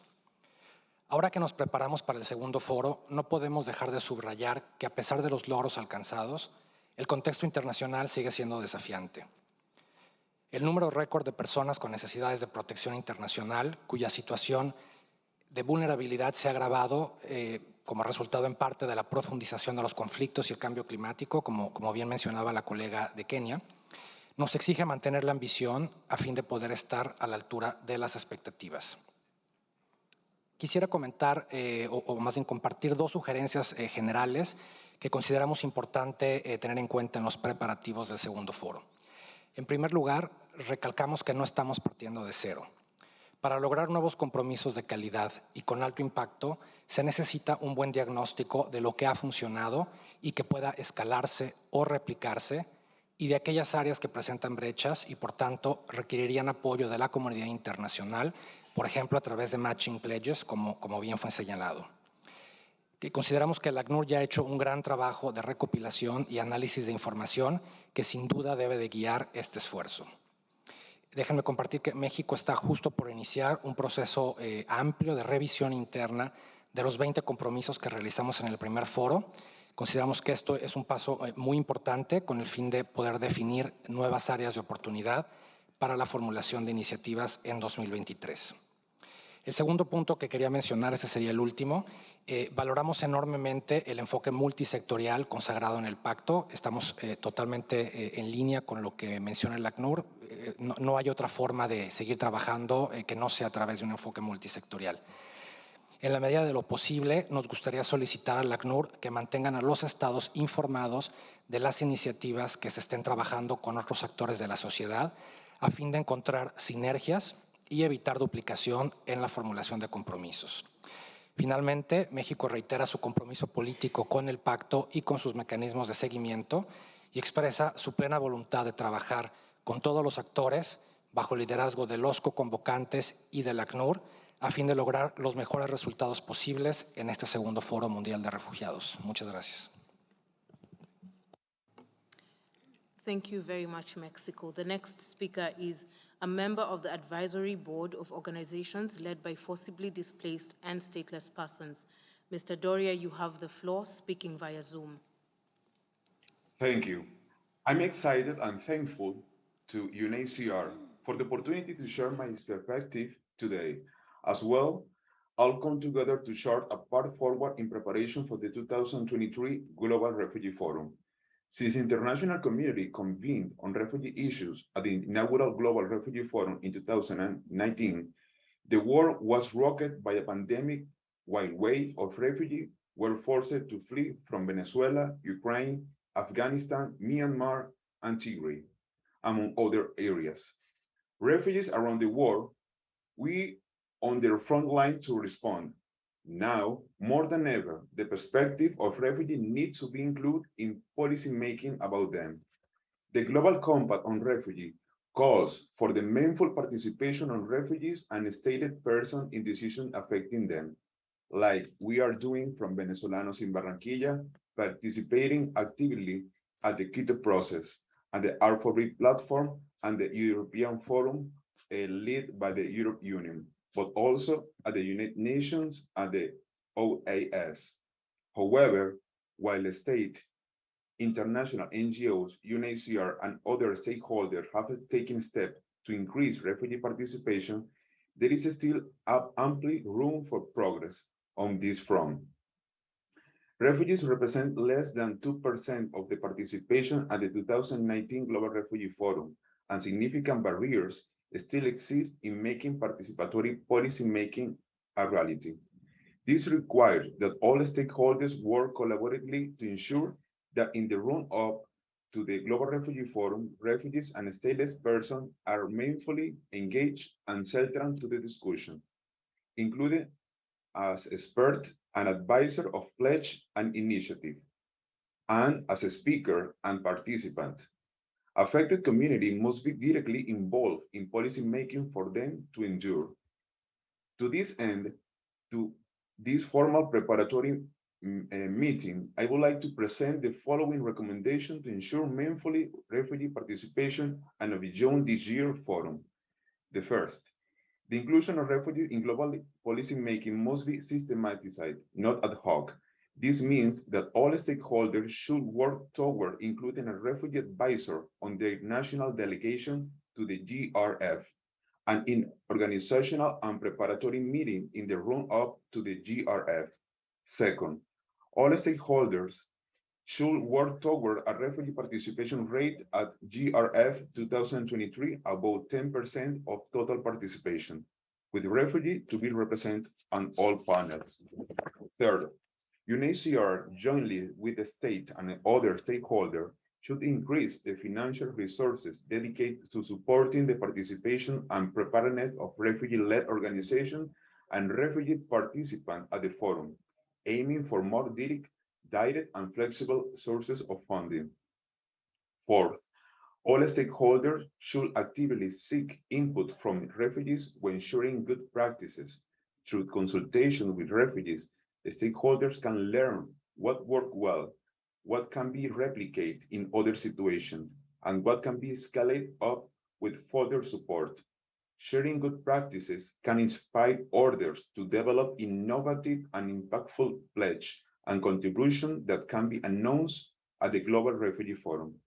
Fifth, the state should consider the specific needs, priorities, and capacities of different members of refugee population through an age, gender, and diversity approach when designing new pledge. As refugee has been directly affected by crisis, we are more easily able to identify potential flaws or gaps in existing policies, especially when they relate to the needs and vulnerabilities of people of concern. Six, system change comes from the ground up. So refugees and migrants should also be given opportunity to meaningfully participate at regional and local levels. For example, the Quito process should establish a mechanism to engage refugees and migrant civil society. To conclude, I would like to express my appreciation for the service of those who were forced to flee and stand ready to collaborate with all stakeholders in the lead up to the Global Refugee Forum to guarantee the success of this important event. Thank you very much. Thank you very much, Mr. Doria. The next speaker is the IFRC, followed by Australia. IFRC, you have the floor. Many thanks for giving us the floor. So my name's Kirsten Hagen, and I'm here speaking on behalf of the International Federation of Red Cross and Red Crescent Societies. And for those who don't know us, we're a network of 192 national Red Cross and Red Crescent societies working in and with communities in countries of origin, destination, and transit. And I wanted to start off with just welcoming some of the comments made by Praveen Ali in particular, and the presentation around multi-stakeholder engagement and meaningful refugee participation. And I really love the image of this building block at the bottom of those two pieces of which the GRF is building on. And I wanted to appreciate some of the efforts that have been made thus far, particularly at the GRF in 2019, but also in recent meetings to improve and increase refugee participation, and also to give refugee participants the voice, not at the end as an afterthought, but as part of the conversation. We've just heard from our colleague on Zoom with some really excellent suggestions. So two very quick comments or recommendations in terms of processes and engagement in the next Global Refugee Forum. The first thing is, I think it's excellent UNHCR's commitment and the work they did last time, and I hope that we can see that as a baseline for refugee participation in the next forum. However, I would also like to highlight, and this was also raised by the last speaker, that other organizations can also include refugees on their delegations, be they missions, be they INGOs, IGOs. And last time we had 3 refugees on our delegation, including one who actually manages a national society's refugee programs now, and he both wrote and delivered our statement. So I'm really hoping we can improve the meaningful refugee participation in government delegations, as well as facilitated by UNHCR, and would encourage UNHCR to support this inclusion by offering support to those refugees who come. The second recommendation regards the inclusion of local actors and refugee-led organizations. And again, the Global Compact on Refugees recognizes the importance and the valuable, vital role that these organizations play in supporting and building the resilience of refugees, and recommends the strengthening of institutional capacities of these organizations. And so I'm hoping that these organizations can not only be included and listened to as a part of the process, but we can also consider in the process how to further support and strengthen their efforts to support refugees at the national level. Thank you very much. Thank you very much, IFRC. The next speaker is Australia, followed by Ethiopia. Australia, you have the floor. Thank you very much, Assistant High Commissioner, Chair, Ambassadors and colleagues. Australia remains highly supportive of the Global Refugee Forum and as an important multi-stakeholder vehicle for action on global displacement.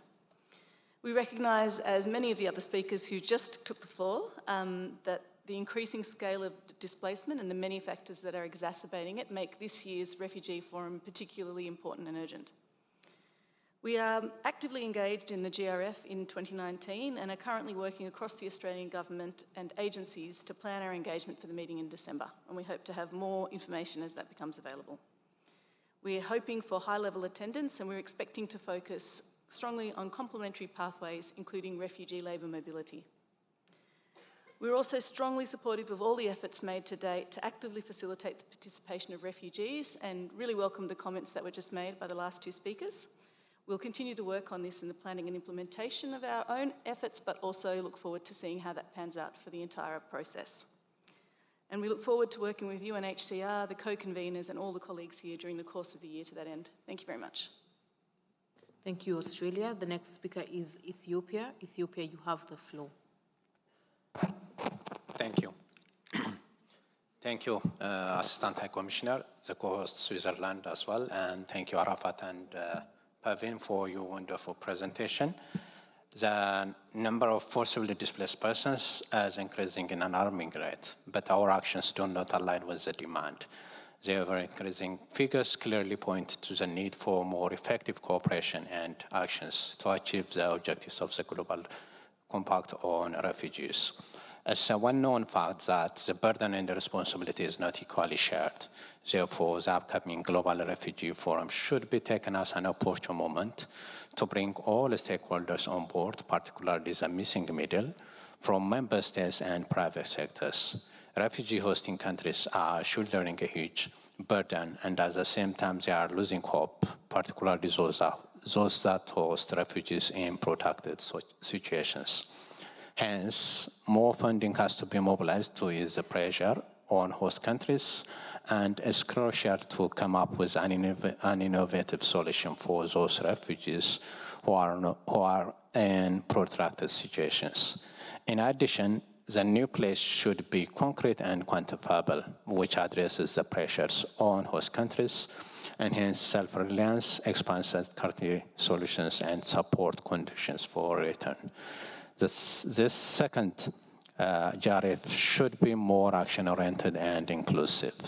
As a major refugee hosting country and the co-conveners of the 2019 Global Refugee Forum, Ethiopia made a significant progress in achieving its place. Finally, I wanted to assure you that Ethiopia will work closely with the UNHCR as well as the member states for the success of this second JRF. I thank you.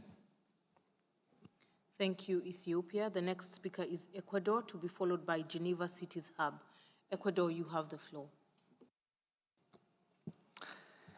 Gracias, señora alta comisionada asistente. Mi delegación agradece a la oficina del ACNUR por organizar esta primera reunión preparatoria del Foro Global de Refugiados. La experiencia de Ecuador en materia de refugio y protección internacional es ampliamente reconocida y, en efecto, hemos tenido la oportunidad de compartir nuestras mejores prácticas en diversos foros. La temática de movilidad humana reviste una importancia fundamental para el Ecuador. Somos un país de origen, tránsito y destino de personas en situación de movilidad, y fieles a nuestra tradición humanitaria, abordamos este tema desde una perspectiva transversal de absoluto respeto a los derechos humanos. Igualmente, el Ecuador desea transmitir su mejor disposición para participar activamente en el foro y aportar constructivamente en su proceso preparatorio. En ese sentido, deseamos plantear brevemente 4 ideas preliminares. Conscientes de la relevancia del foro, es imprescindible que se promueva una activa participación de todos los actores, esto es, estados, sociedad civil y refugiados. Si bien la nota conceptual del foro contiene una valiosa propuesta sobre participación, consideramos fundamental que se continúe reflexionando sobre medidas adicionales que contribuyan a hacer dicha participación efectiva y lo más amplia posible. 2. Una adecuada organización del foro y el establecimiento de objetivos claros como resultados del mismo redundará en una mejor implementación del Pacto Global sobre los Refugiados.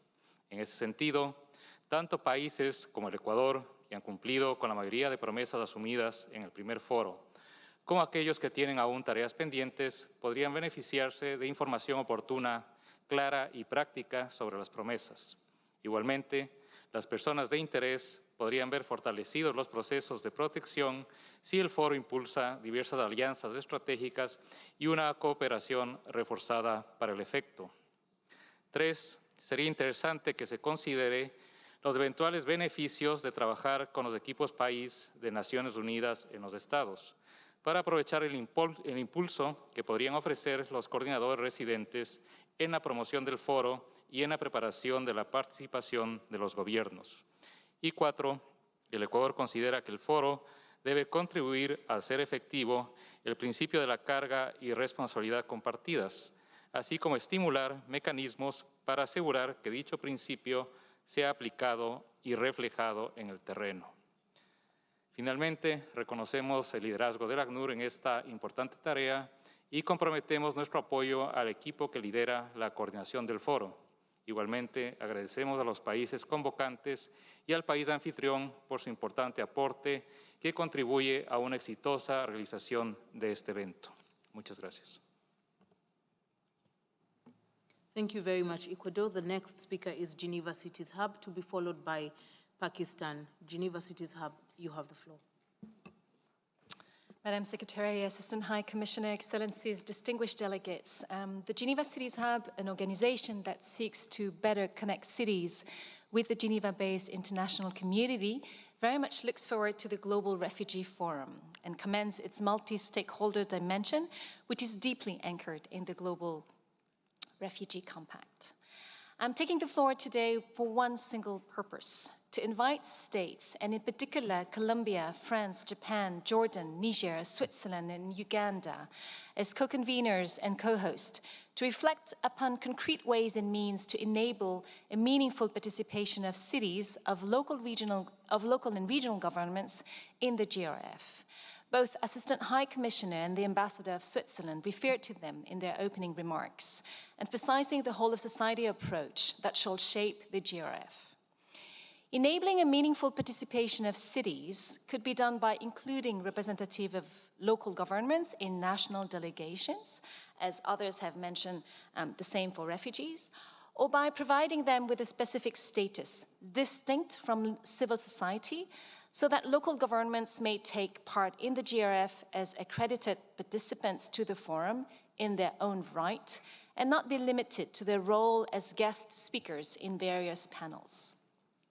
While states deal with borders, decide upon who gets in or out, what kind of migration they want to foster, and what narrative is to be forged around this issue, let's not forget that often, on the ground, it is local governments who host the displaced, provide them with protection and assistance upon their arrival, and also create an environment conducive for livelihood opportunities if displacement becomes more protracted. So let's enable local governments be part of the GRF alongside states, civil societies, refugees, the private sector, and others. Let them share their experiences, good practices, local solution, but also their needs and their challenges. The impact of global discussion will be much more significant if local governments who are close to their population and who eventually implement global policies are part of the international process.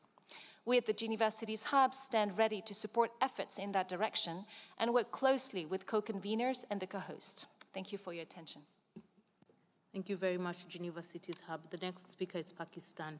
Pakistan, you have the floor. Thank you, Assistant High Commissioner, the distinguished panelists and colleagues. Pakistan expresses appreciation to UNHCR team working on the GRF preparations. We thank you for outlining the organizational elements and other preliminary considerations for development of the program. We appreciate that the second GRF will benefit from evidence-based approach, leveraging the recommendations of GCR indicator report that has aptly identified gaps in achievement of 4 objectives of GCR.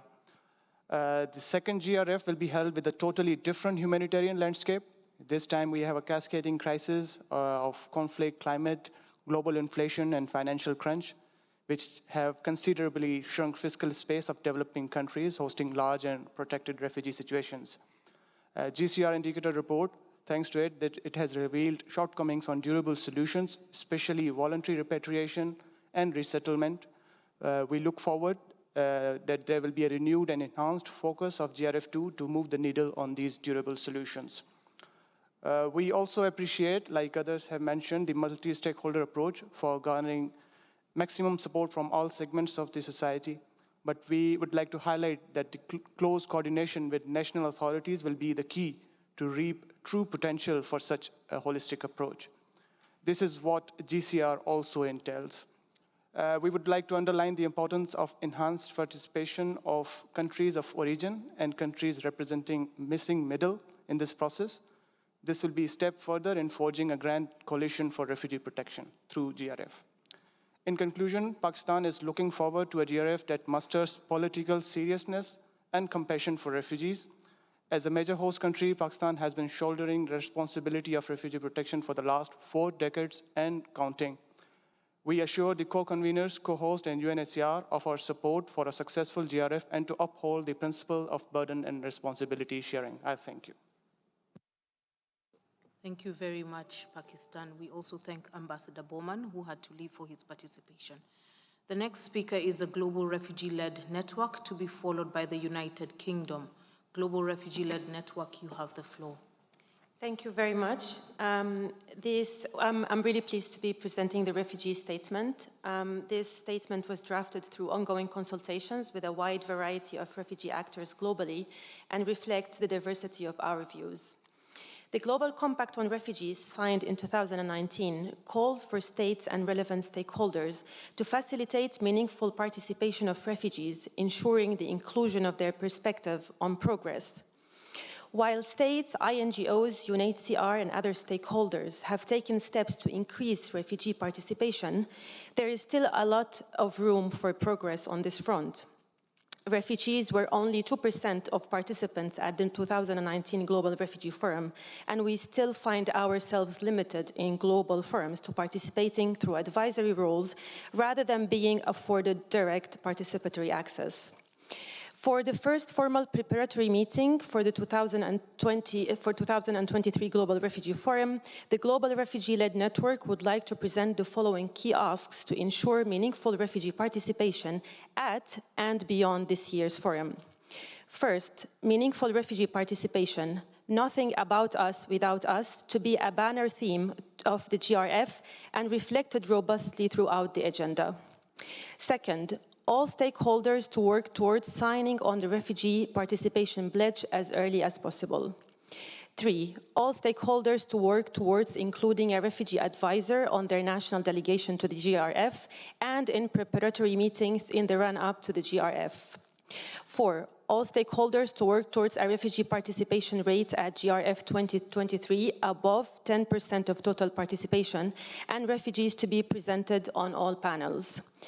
5, UNHCR to increase the financial resources dedicated to supporting the participation and preparedness of refugee-led organizations and refugee participants at the forum. 6, UNHCR to send GRF invitations no later than 4 full months ahead of the 2023 forum. This will give refugee participants time to secure the required visas, prepare themselves with all aspects of the Global Refugee Forum, as well as to fully understand their role and maximize their contribution before, during, and after the forum. Lastly, to make AGD lens as an overarching approach to enhance the implementation impact and sustainability. We would like to express our appreciation for the service of those who, like us, were forced to flee, and we affirm our commitment to collaborative engagement with all stakeholders in the lead up to the Global Refugee Forum. Thank you so much.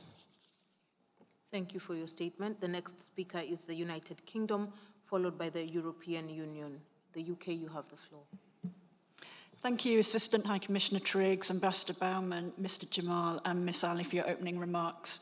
We are very excited about the second Global Refugee Forum in December this year and are keen to work with UNHCR, other member states, private sector, and NGO partners and others to continue our implementation of the Global Compact on Refugees, with a multi-stakeholder approach that delivers for refugees, internally displaced and forcibly displaced people and their host communities. We welcome the Assistant High Commissioner's comments in her opening that this should be a whole-of-society approach. The role of host countries and their citizens is fundamental to a functioning international protection regime, and the UK would like to express our commendation and gratitude to host communities for their enormous generosity. The UK has 3 main areas of focus. Firstly, improving inclusion for marginalised groups. We want to work to ensure that marginalised groups have greater access to rights and services as a mechanism for promoting refugee self-reliance, reducing the long-term need for humanitarian assistance, and reducing exclusion as an upstream driver of displacement. We particularly welcome Ms. Ali's comments in her statement setting out how UNHCR is ensuring meaningful refugee participation at the forum, but also over the coming year as we prepare for the event itself. Secondly, we are seeking to strengthen durable solutions through increased development cooperation. We appreciated the opportunity to engage with the recent High Commissioner's dialogue on protection challenges, where there was agreement on the need to better connect humanitarian and development assistance to effectively address forced displacement. Thirdly, building resilience in countries with high levels of humanitarian need, particularly in which climate is a driver of humanitarian crises. We will seek to achieve this in part through working with other donors, international financial institutions, and humanitarian agencies to improve the access of target countries to climate funding in order to build resilience to climate change impacts through, for example, supporting climate-smart agriculture, social protection systems, early warning systems, and early and anticipatory action. We will continue to deliver through strong partnerships.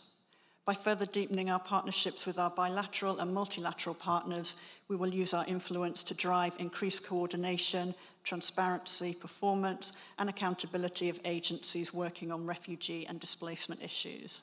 The UK is convening our private sector and NGO partners to develop our work plan for the Global Refugee Forum. Thank you. Thank you, the UK. The EU, you have the floor. Thank you so much, Assistant High Commissioner and the team for this important briefing.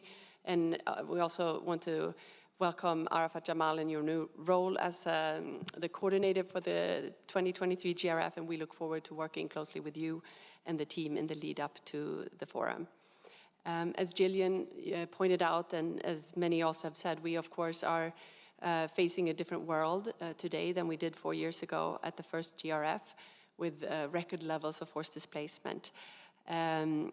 We commend UNHCR for your continuous effort to respond to these growing crises, as well as really commending refugee hosting countries and communities for their solidarity with those displaced. We must not lose track of the important progress and the important framework we have with the GRF, and I think, or the GCR, and I think that it's been said before that this framework is more important than ever. On behalf of the EU institutions, we reiterate our commitment to the Global Compact on Refugees and the principles of burden and responsibility sharing. I want to assure that the EU will remain actively engaged in the preparations for the Global Refugee Forum. We will be particularly keen to share our experiences and lessons learned over our engagement in the last 4 years, including of the ongoing response by the EU and its member states to support the outpour of refugees stemming from Russia's war on aggression on Ukraine. But we also will look beyond our neighborhood, of course, and happy to showcase our engagement on a broad front to support crisis all over the world, particularly also our engagement in the new instruments that were launched and developed in the first Global Forum, such as the 3 support platforms where the EU has been very engaged. But we also look forward to hear from others and learn from best practices, and that the many that have been mentioned also here in the room today. We hope that the outcome of the forum will be very concrete, with concrete new pledges and commitments. From our side, we will be particularly keen to see further progress in the partnership with international financial institutions and development banks. And maybe just a question for UNHCR, if there's already some ideas of what concrete outcomes we may wish to see in the lead up and during the forum. We also want to take this opportunity and commend UNHCR for the development of the GCR indicators report. As my Pakistan colleague said, it's very important that we remain evidence-based in our approach. And we think that the indicators report, despite the statistical and data challenges, is a very good framework to really track our progress towards the objectives of the GCR. We also think it's an important tool to identify the major gaps and opportunities in generating further and new pledges. And to that extent, we're maybe a little concerned that the release of the report will come quite close to the GCR in December, and wanted to ask for more information to what extent the GCR indicators report will be used to kind of guide and identify pledges and matching opportunities. We also know that in the past there has been the mentioning of kind of global mapping or chapters for identifying possible pledges and matching in the lead up to the forum, and maybe want to ask if this is something that is also still explored. But with this, I just want to say that we remain very engaged and look forward to working with all of you in the lead up to the forum in December. Thank you very much, the EU. The next speaker is Germany, to be followed by Sudan. Germany, you have the floor. Thank you very much, Madam Secretary, Assistant High Commissioner, Excellencies, colleagues. Thank you very much. Arafat, welcome, and Perveen, thank you very much. We appreciate the reflections we heard today, in particular also of the new co-conveners. We wish you the best of luck for your important role. First and foremost, Germany will remain a committed partner of UNHCR and closely engaged in the preparations of the GRF, and we welcome the overall approach. Being at the start of the year and the GRF process, we would like to stress certain considerations. First, the Global Refugee Forum 2023 must reinforce the Global Compact on Refugees as the central multilateral framework for action in refugee policy, advance implementation, while also taking into account the fundamental changes brought about since 2019, including the COVID pandemic, increased impacts of climate change on displacement, and the significant increase of displacement itself. Secondly, Germany stresses that there must be a greater sharing of responsibility for refugee reception and protection, especially to relieve the burden on large host countries. And in particular, the so-called missing middle must assume its responsibility. Third, Germany, as the second largest humanitarian donor in general and to UNHCR, and one of the main host countries for refugees, will continue to do its share. Looking ahead to the forum, it is important to seize this rare opportunity that we are presented with to ensure the desired outcomes we want. We agree that it will be important to take stock and recognize the progress made on the implementation of existing pledges.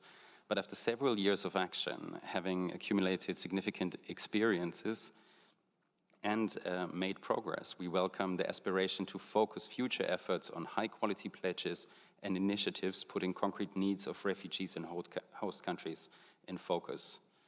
In addition, and we would like to stress this point, the envisioned attendance of ministers and, as we heard today, even heads of state or government, together with the developments since 2019, presents us with the need to reflect on the political priorities and directions that the ministers and other heads of delegations can collectively set to guide our work until the next forum in 2027.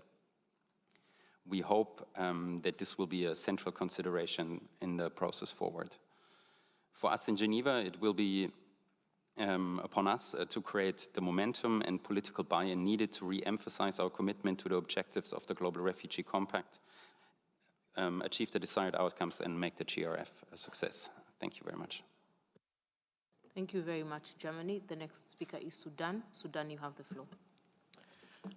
Thank you very much, Madam Secretary. I will deliver my statement in Arabic language.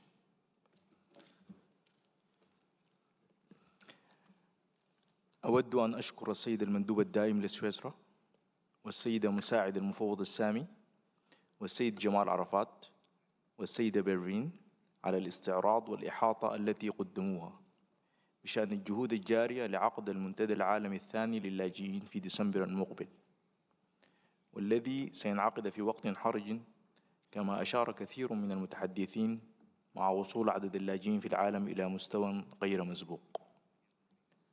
وأود أن أعرب أن السودان بوصفه من أكبر الدول المستضيفة للاجئين ملتزم بدعم كل الجهود التي تهدف إلى إنجاح المنتدى الثاني.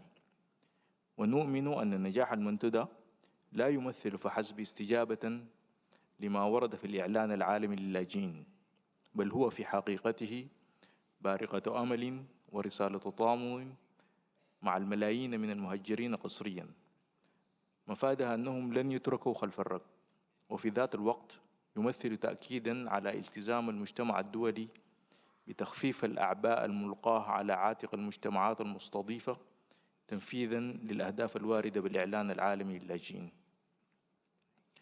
وكما أشار السيد عرفات فإن نجاح المنتدى لا ولن يقاس بعدد التعهدات المقدمة، بل بمدى القدرة والقابلية على الوفاء بها، وعليه نضم صوتنا للأصوات المنادية بتسريع الخطوات لتنفيذ ما قدم من تعهدات خلال المنتدى الأول. وأشدد هنا بصفة خاصة على أهمية تحويل التعهدات إلى برامج حقيقية تعود بالنفع المباشر على مجموعات اللاجئين والمجتمعات المستضيفة، بما يحقق مبدأ تقاسم الأعباء والمسؤوليات ويضمن حماية وكرامة اللاجئين. شكرا.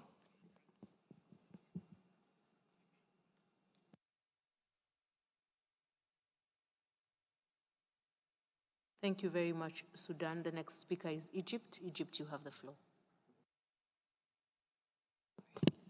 Thank you, Madam Chair. Egypt would like to warmly welcome Mr.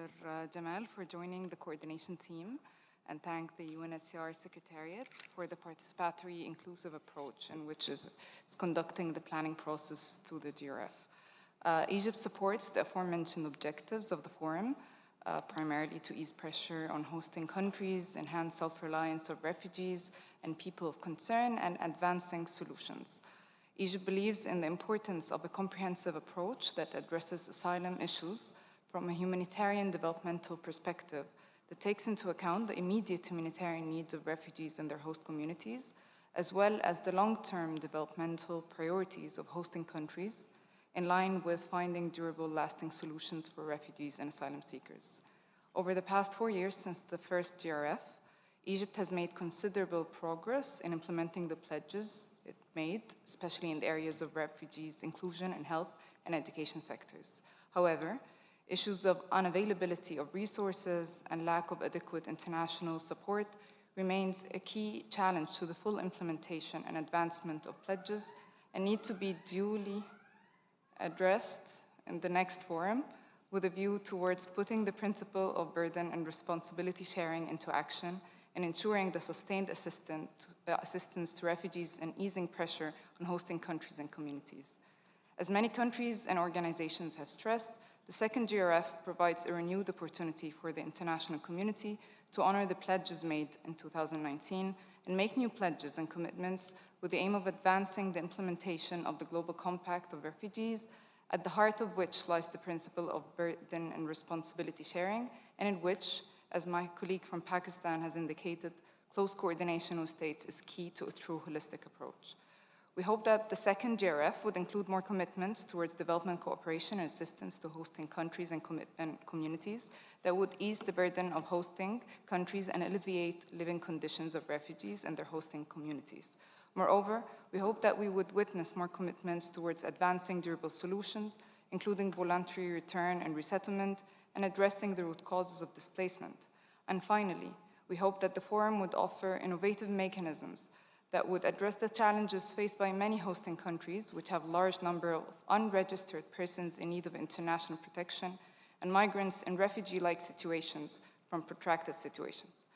In closing, Egypt is looking forward to the second GRF in December and is happy to engage closely with the UNHCR and the co-conveners for a successful, action-oriented outcome.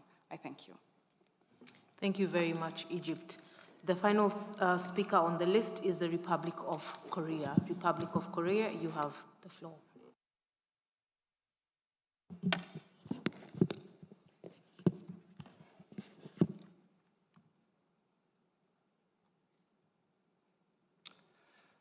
Thank you, Madam Secretary. I welcome the official launch of the preparatory process to today's meeting, as well as the new GCL team of the UNHCR. I'm grateful to the remarks by Ambassador of Switzerland and UNHCR. Today's meeting is highly informative and it will be greatly helpful to my mission and my headquarters in better understanding and preparing for the upcoming GCF.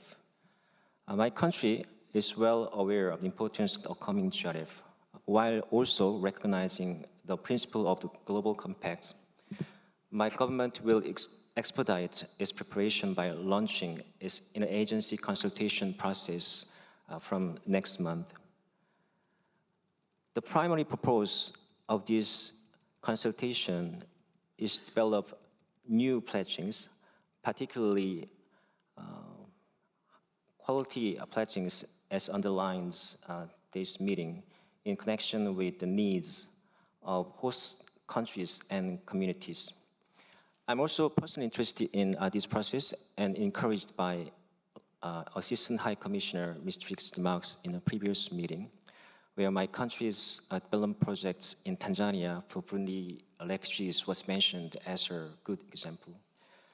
During the presentation by UNHCR, I heard a lot the word matching, and it's my opinion that it would be greatly helpful if the UNHCR could facilitate the use of their matching portal by donor countries and the communications between the parties concerned in order to produce desired outcome.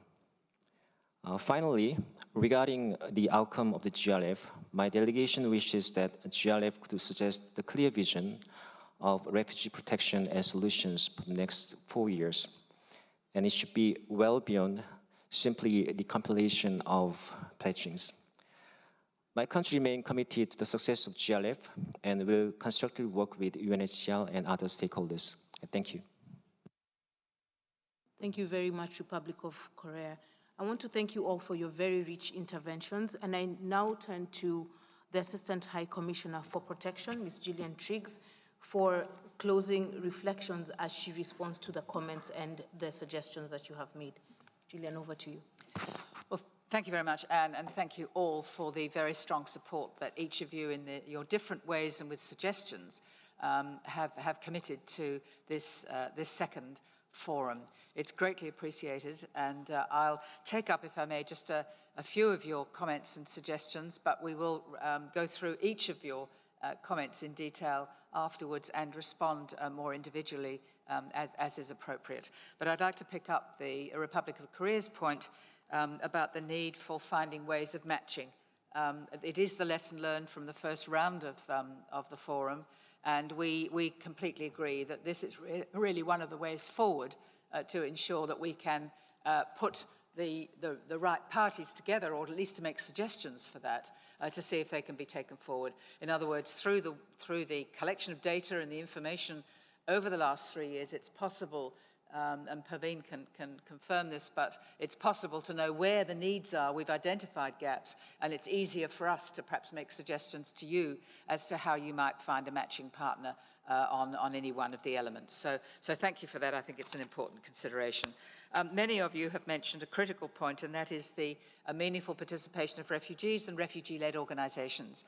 And I think some of you have proposed a 10% target. We'll work on that. We'd like to get to 10%.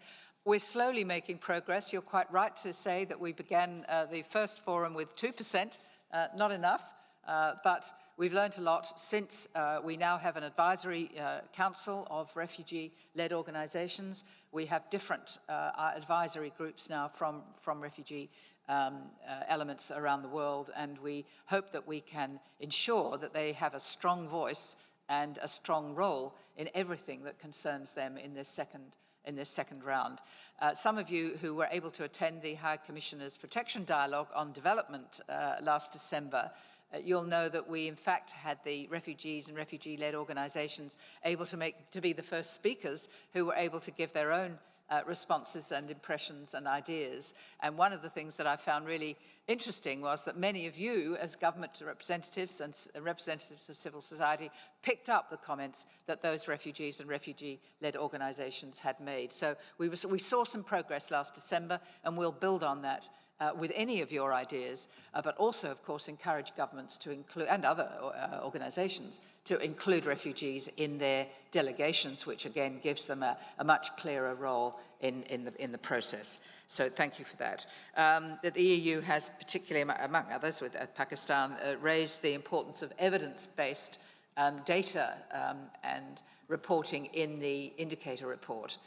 It is important. It's not something that organizations normally do. It's something of an experiment, but it is a critical way of demonstrating objectively the extent to which the principles of the compact are being carried out. I think some question has been raised as to how quickly we can let you have that indicator report, and I think, Paveen, you mentioned November. Of course, as we learn, as the evidence comes in, it informs our work over these coming months. But we will discuss perhaps if there's some way of keeping you better informed over these coming months on progress with the indicator report to see what we can do. But as you'll appreciate, the indicator report will have its biggest impact if it's got as much of the relevant information as close to the date of the forum itself. But I take your point, and we'll see if there's some way that we can get that information out to you earlier so that it's useful to you and in knowing where the trends are, what the gaps are, and how you can develop your own work. The point has also been made by the Global Refugee Network that we need to get the invitations out reasonably in advance so that everyone can get visas and financial funding and support for their joining the. In other words, if we're going to have representation of civil society, a local government, and so on, along with refugee-led groups, we have to give them time to find funding and to get their visas. We don't want anybody to be left out at all. This brings me back, of course, to the Geneva Cities Hub point about the importance of cities and local government. We would very much like to see their very concrete participation in various ways so that they may be in government delegations, but maybe in their own rights, but we can see how that can be developed between now and the end of the year. I think it would certainly be something we want to really recognize because so many of the situations of refugee flight, we find that it's the local mayor or the local government that's been prepared to actually shoulder the burden and to take initiatives to house in emergency situations. So we would very much like that to be recognized.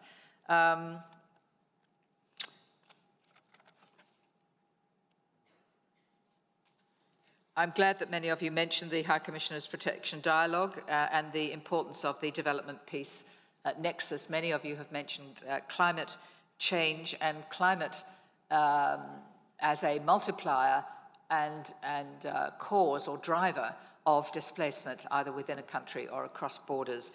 That will be a feature of our work over the foreseeable future.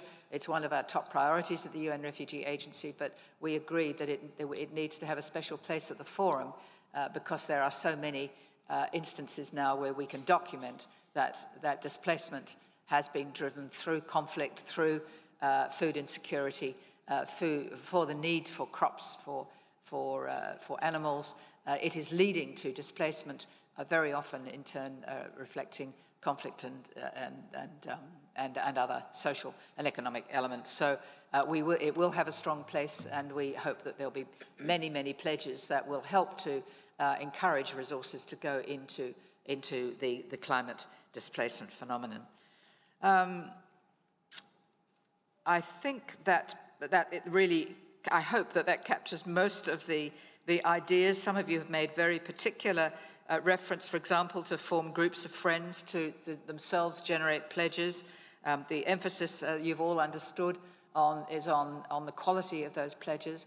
Many of you have spoken about the importance of private partnerships and the private sector. They are playing an ever-increasing role in the work that we do, and they're much more engaged these 3 years later now, and will be 4 years after the first pledge, and we hope that they will be able to play a very strong role in explaining how they are using their corporate and commercial experience to meet the burdens and responsibilities. I think that probably touches on most of the issues.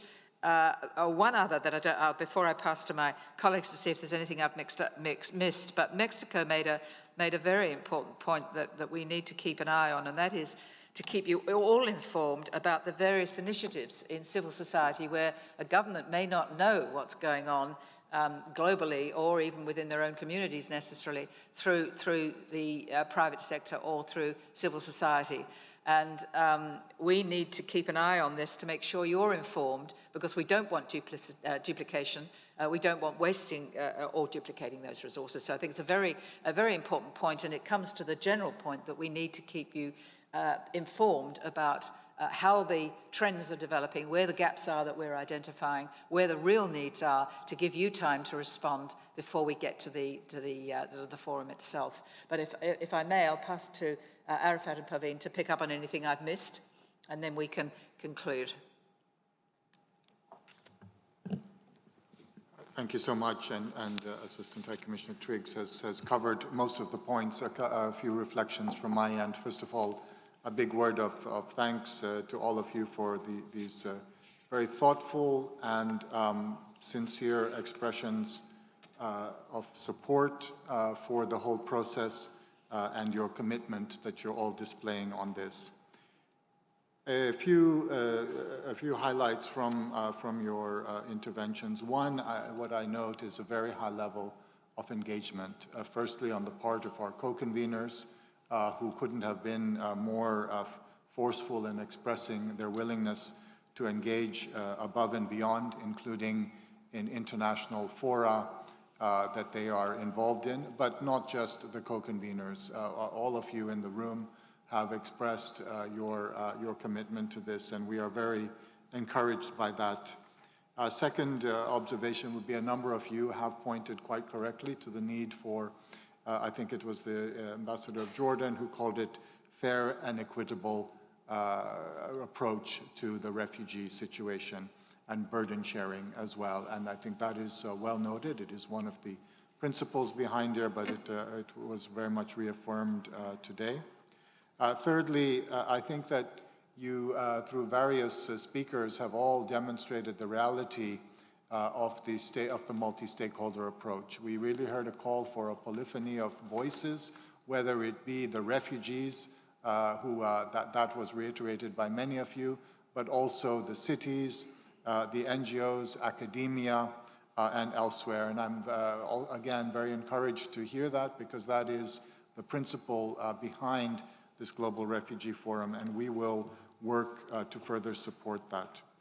We also heard some mentions on climate, and we hope to take that further, and also on durable solutions as well, including third country solutions and complementary pathways. So we take note of all these themes. I think a couple of you asked the more challenging but very meaningful question as to what is the anticipated outcome from GRF2. And I think this is something that should exercise all of us, because we do not wish to see another routine meeting that simply ticks along and changes nothing. We have, of course, the different areas outlined in the GCR where we are expecting to see, we have already seen pledges and we expect to see more pledges. We have mentioned that we're looking for quality and not quantity. But I think if we want to take the meta approach on all of this, what we would like to see is something that changes, that shows that we are progressing, that evolves and advances the cause of refugee protection as we see it in 2023, which is very different from what it was in 1951. So I think that would be an overall, at least if I were to give my own view, that we are changing the nature, that we are demonstrating that there is a more global, equitable, and active response to problems of displacement and refugees in the world today. So I will stop here and hand over to Parveen, please. Thank you very much, Arafat. I thought I might just comment on a few of the things we heard, just to bring them together a bit to help us shape our thinking moving ahead. I think one of the things that was very encouraging and also quite inspiring and exciting is that we heard already about some of the priorities that have been identified by governments and other stakeholder groups. We heard about some of the processes that are envisioned, for example, Mexico mentioning this national review process. We heard about ideas about championing particular situations, as was shared by the United States. We also heard recommendations for mobilizing the UN country teams in a very coordinated way to support host countries. And I think all of these are really interesting models to explore for thinking about how we really mobilize comprehensive refugee responses for the next Global Refugee Forum, and how we bring the multi-stakeholder and partnership approach into that process. So whether it's championing a particular large-scale refugee situation, identifying key host country policy pledges where multi-stakeholder support and engagement could really help to facilitate the implementation of that pledge, thinking about organizing, some governments have shared with us, they're thinking about organizing whole of society pledges.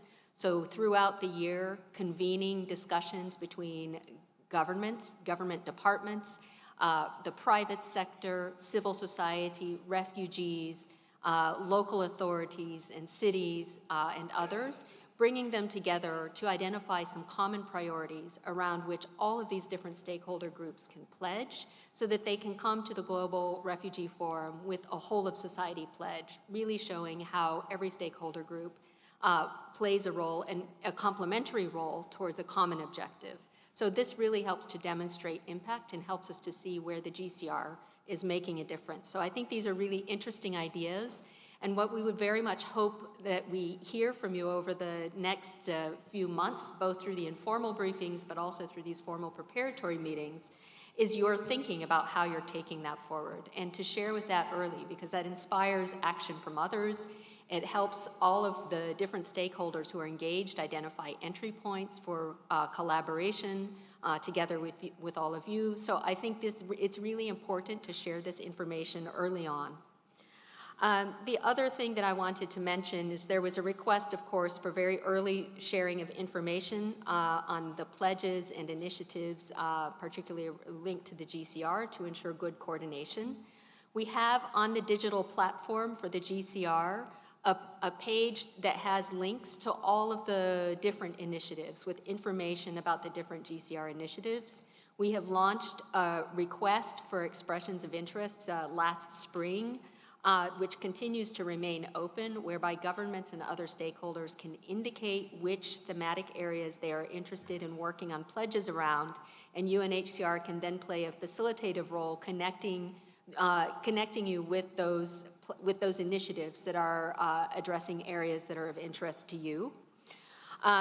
We are also using the informal briefings, starting with the first one that is coming up in March, as an opportunity for initiatives that have developed their thinking, identified their pledging priorities, their roadmap for the GRF, to share this with all of us together so that everyone can see what their entry points are and see whether this is something they would be able to join or support.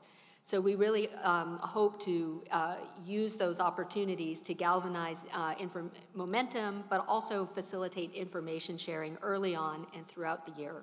And as a part of that process, I know, of course, that many of our partners want to come to the GRF with something very concrete to announce in the form of a pledge. But even if you are able to share your early thinking about the priorities you're working on, the kinds of pledges you're thinking about cultivating, the processes that you want to use to do that within your respective situations, that really helps others to see how they might engage and support, so that when you arrive at the forum with a concrete pledge, it really meets all those criteria for a quality pledge. On the resettlement and complementary pathways, I was really encouraged to hear this mentioned so many times.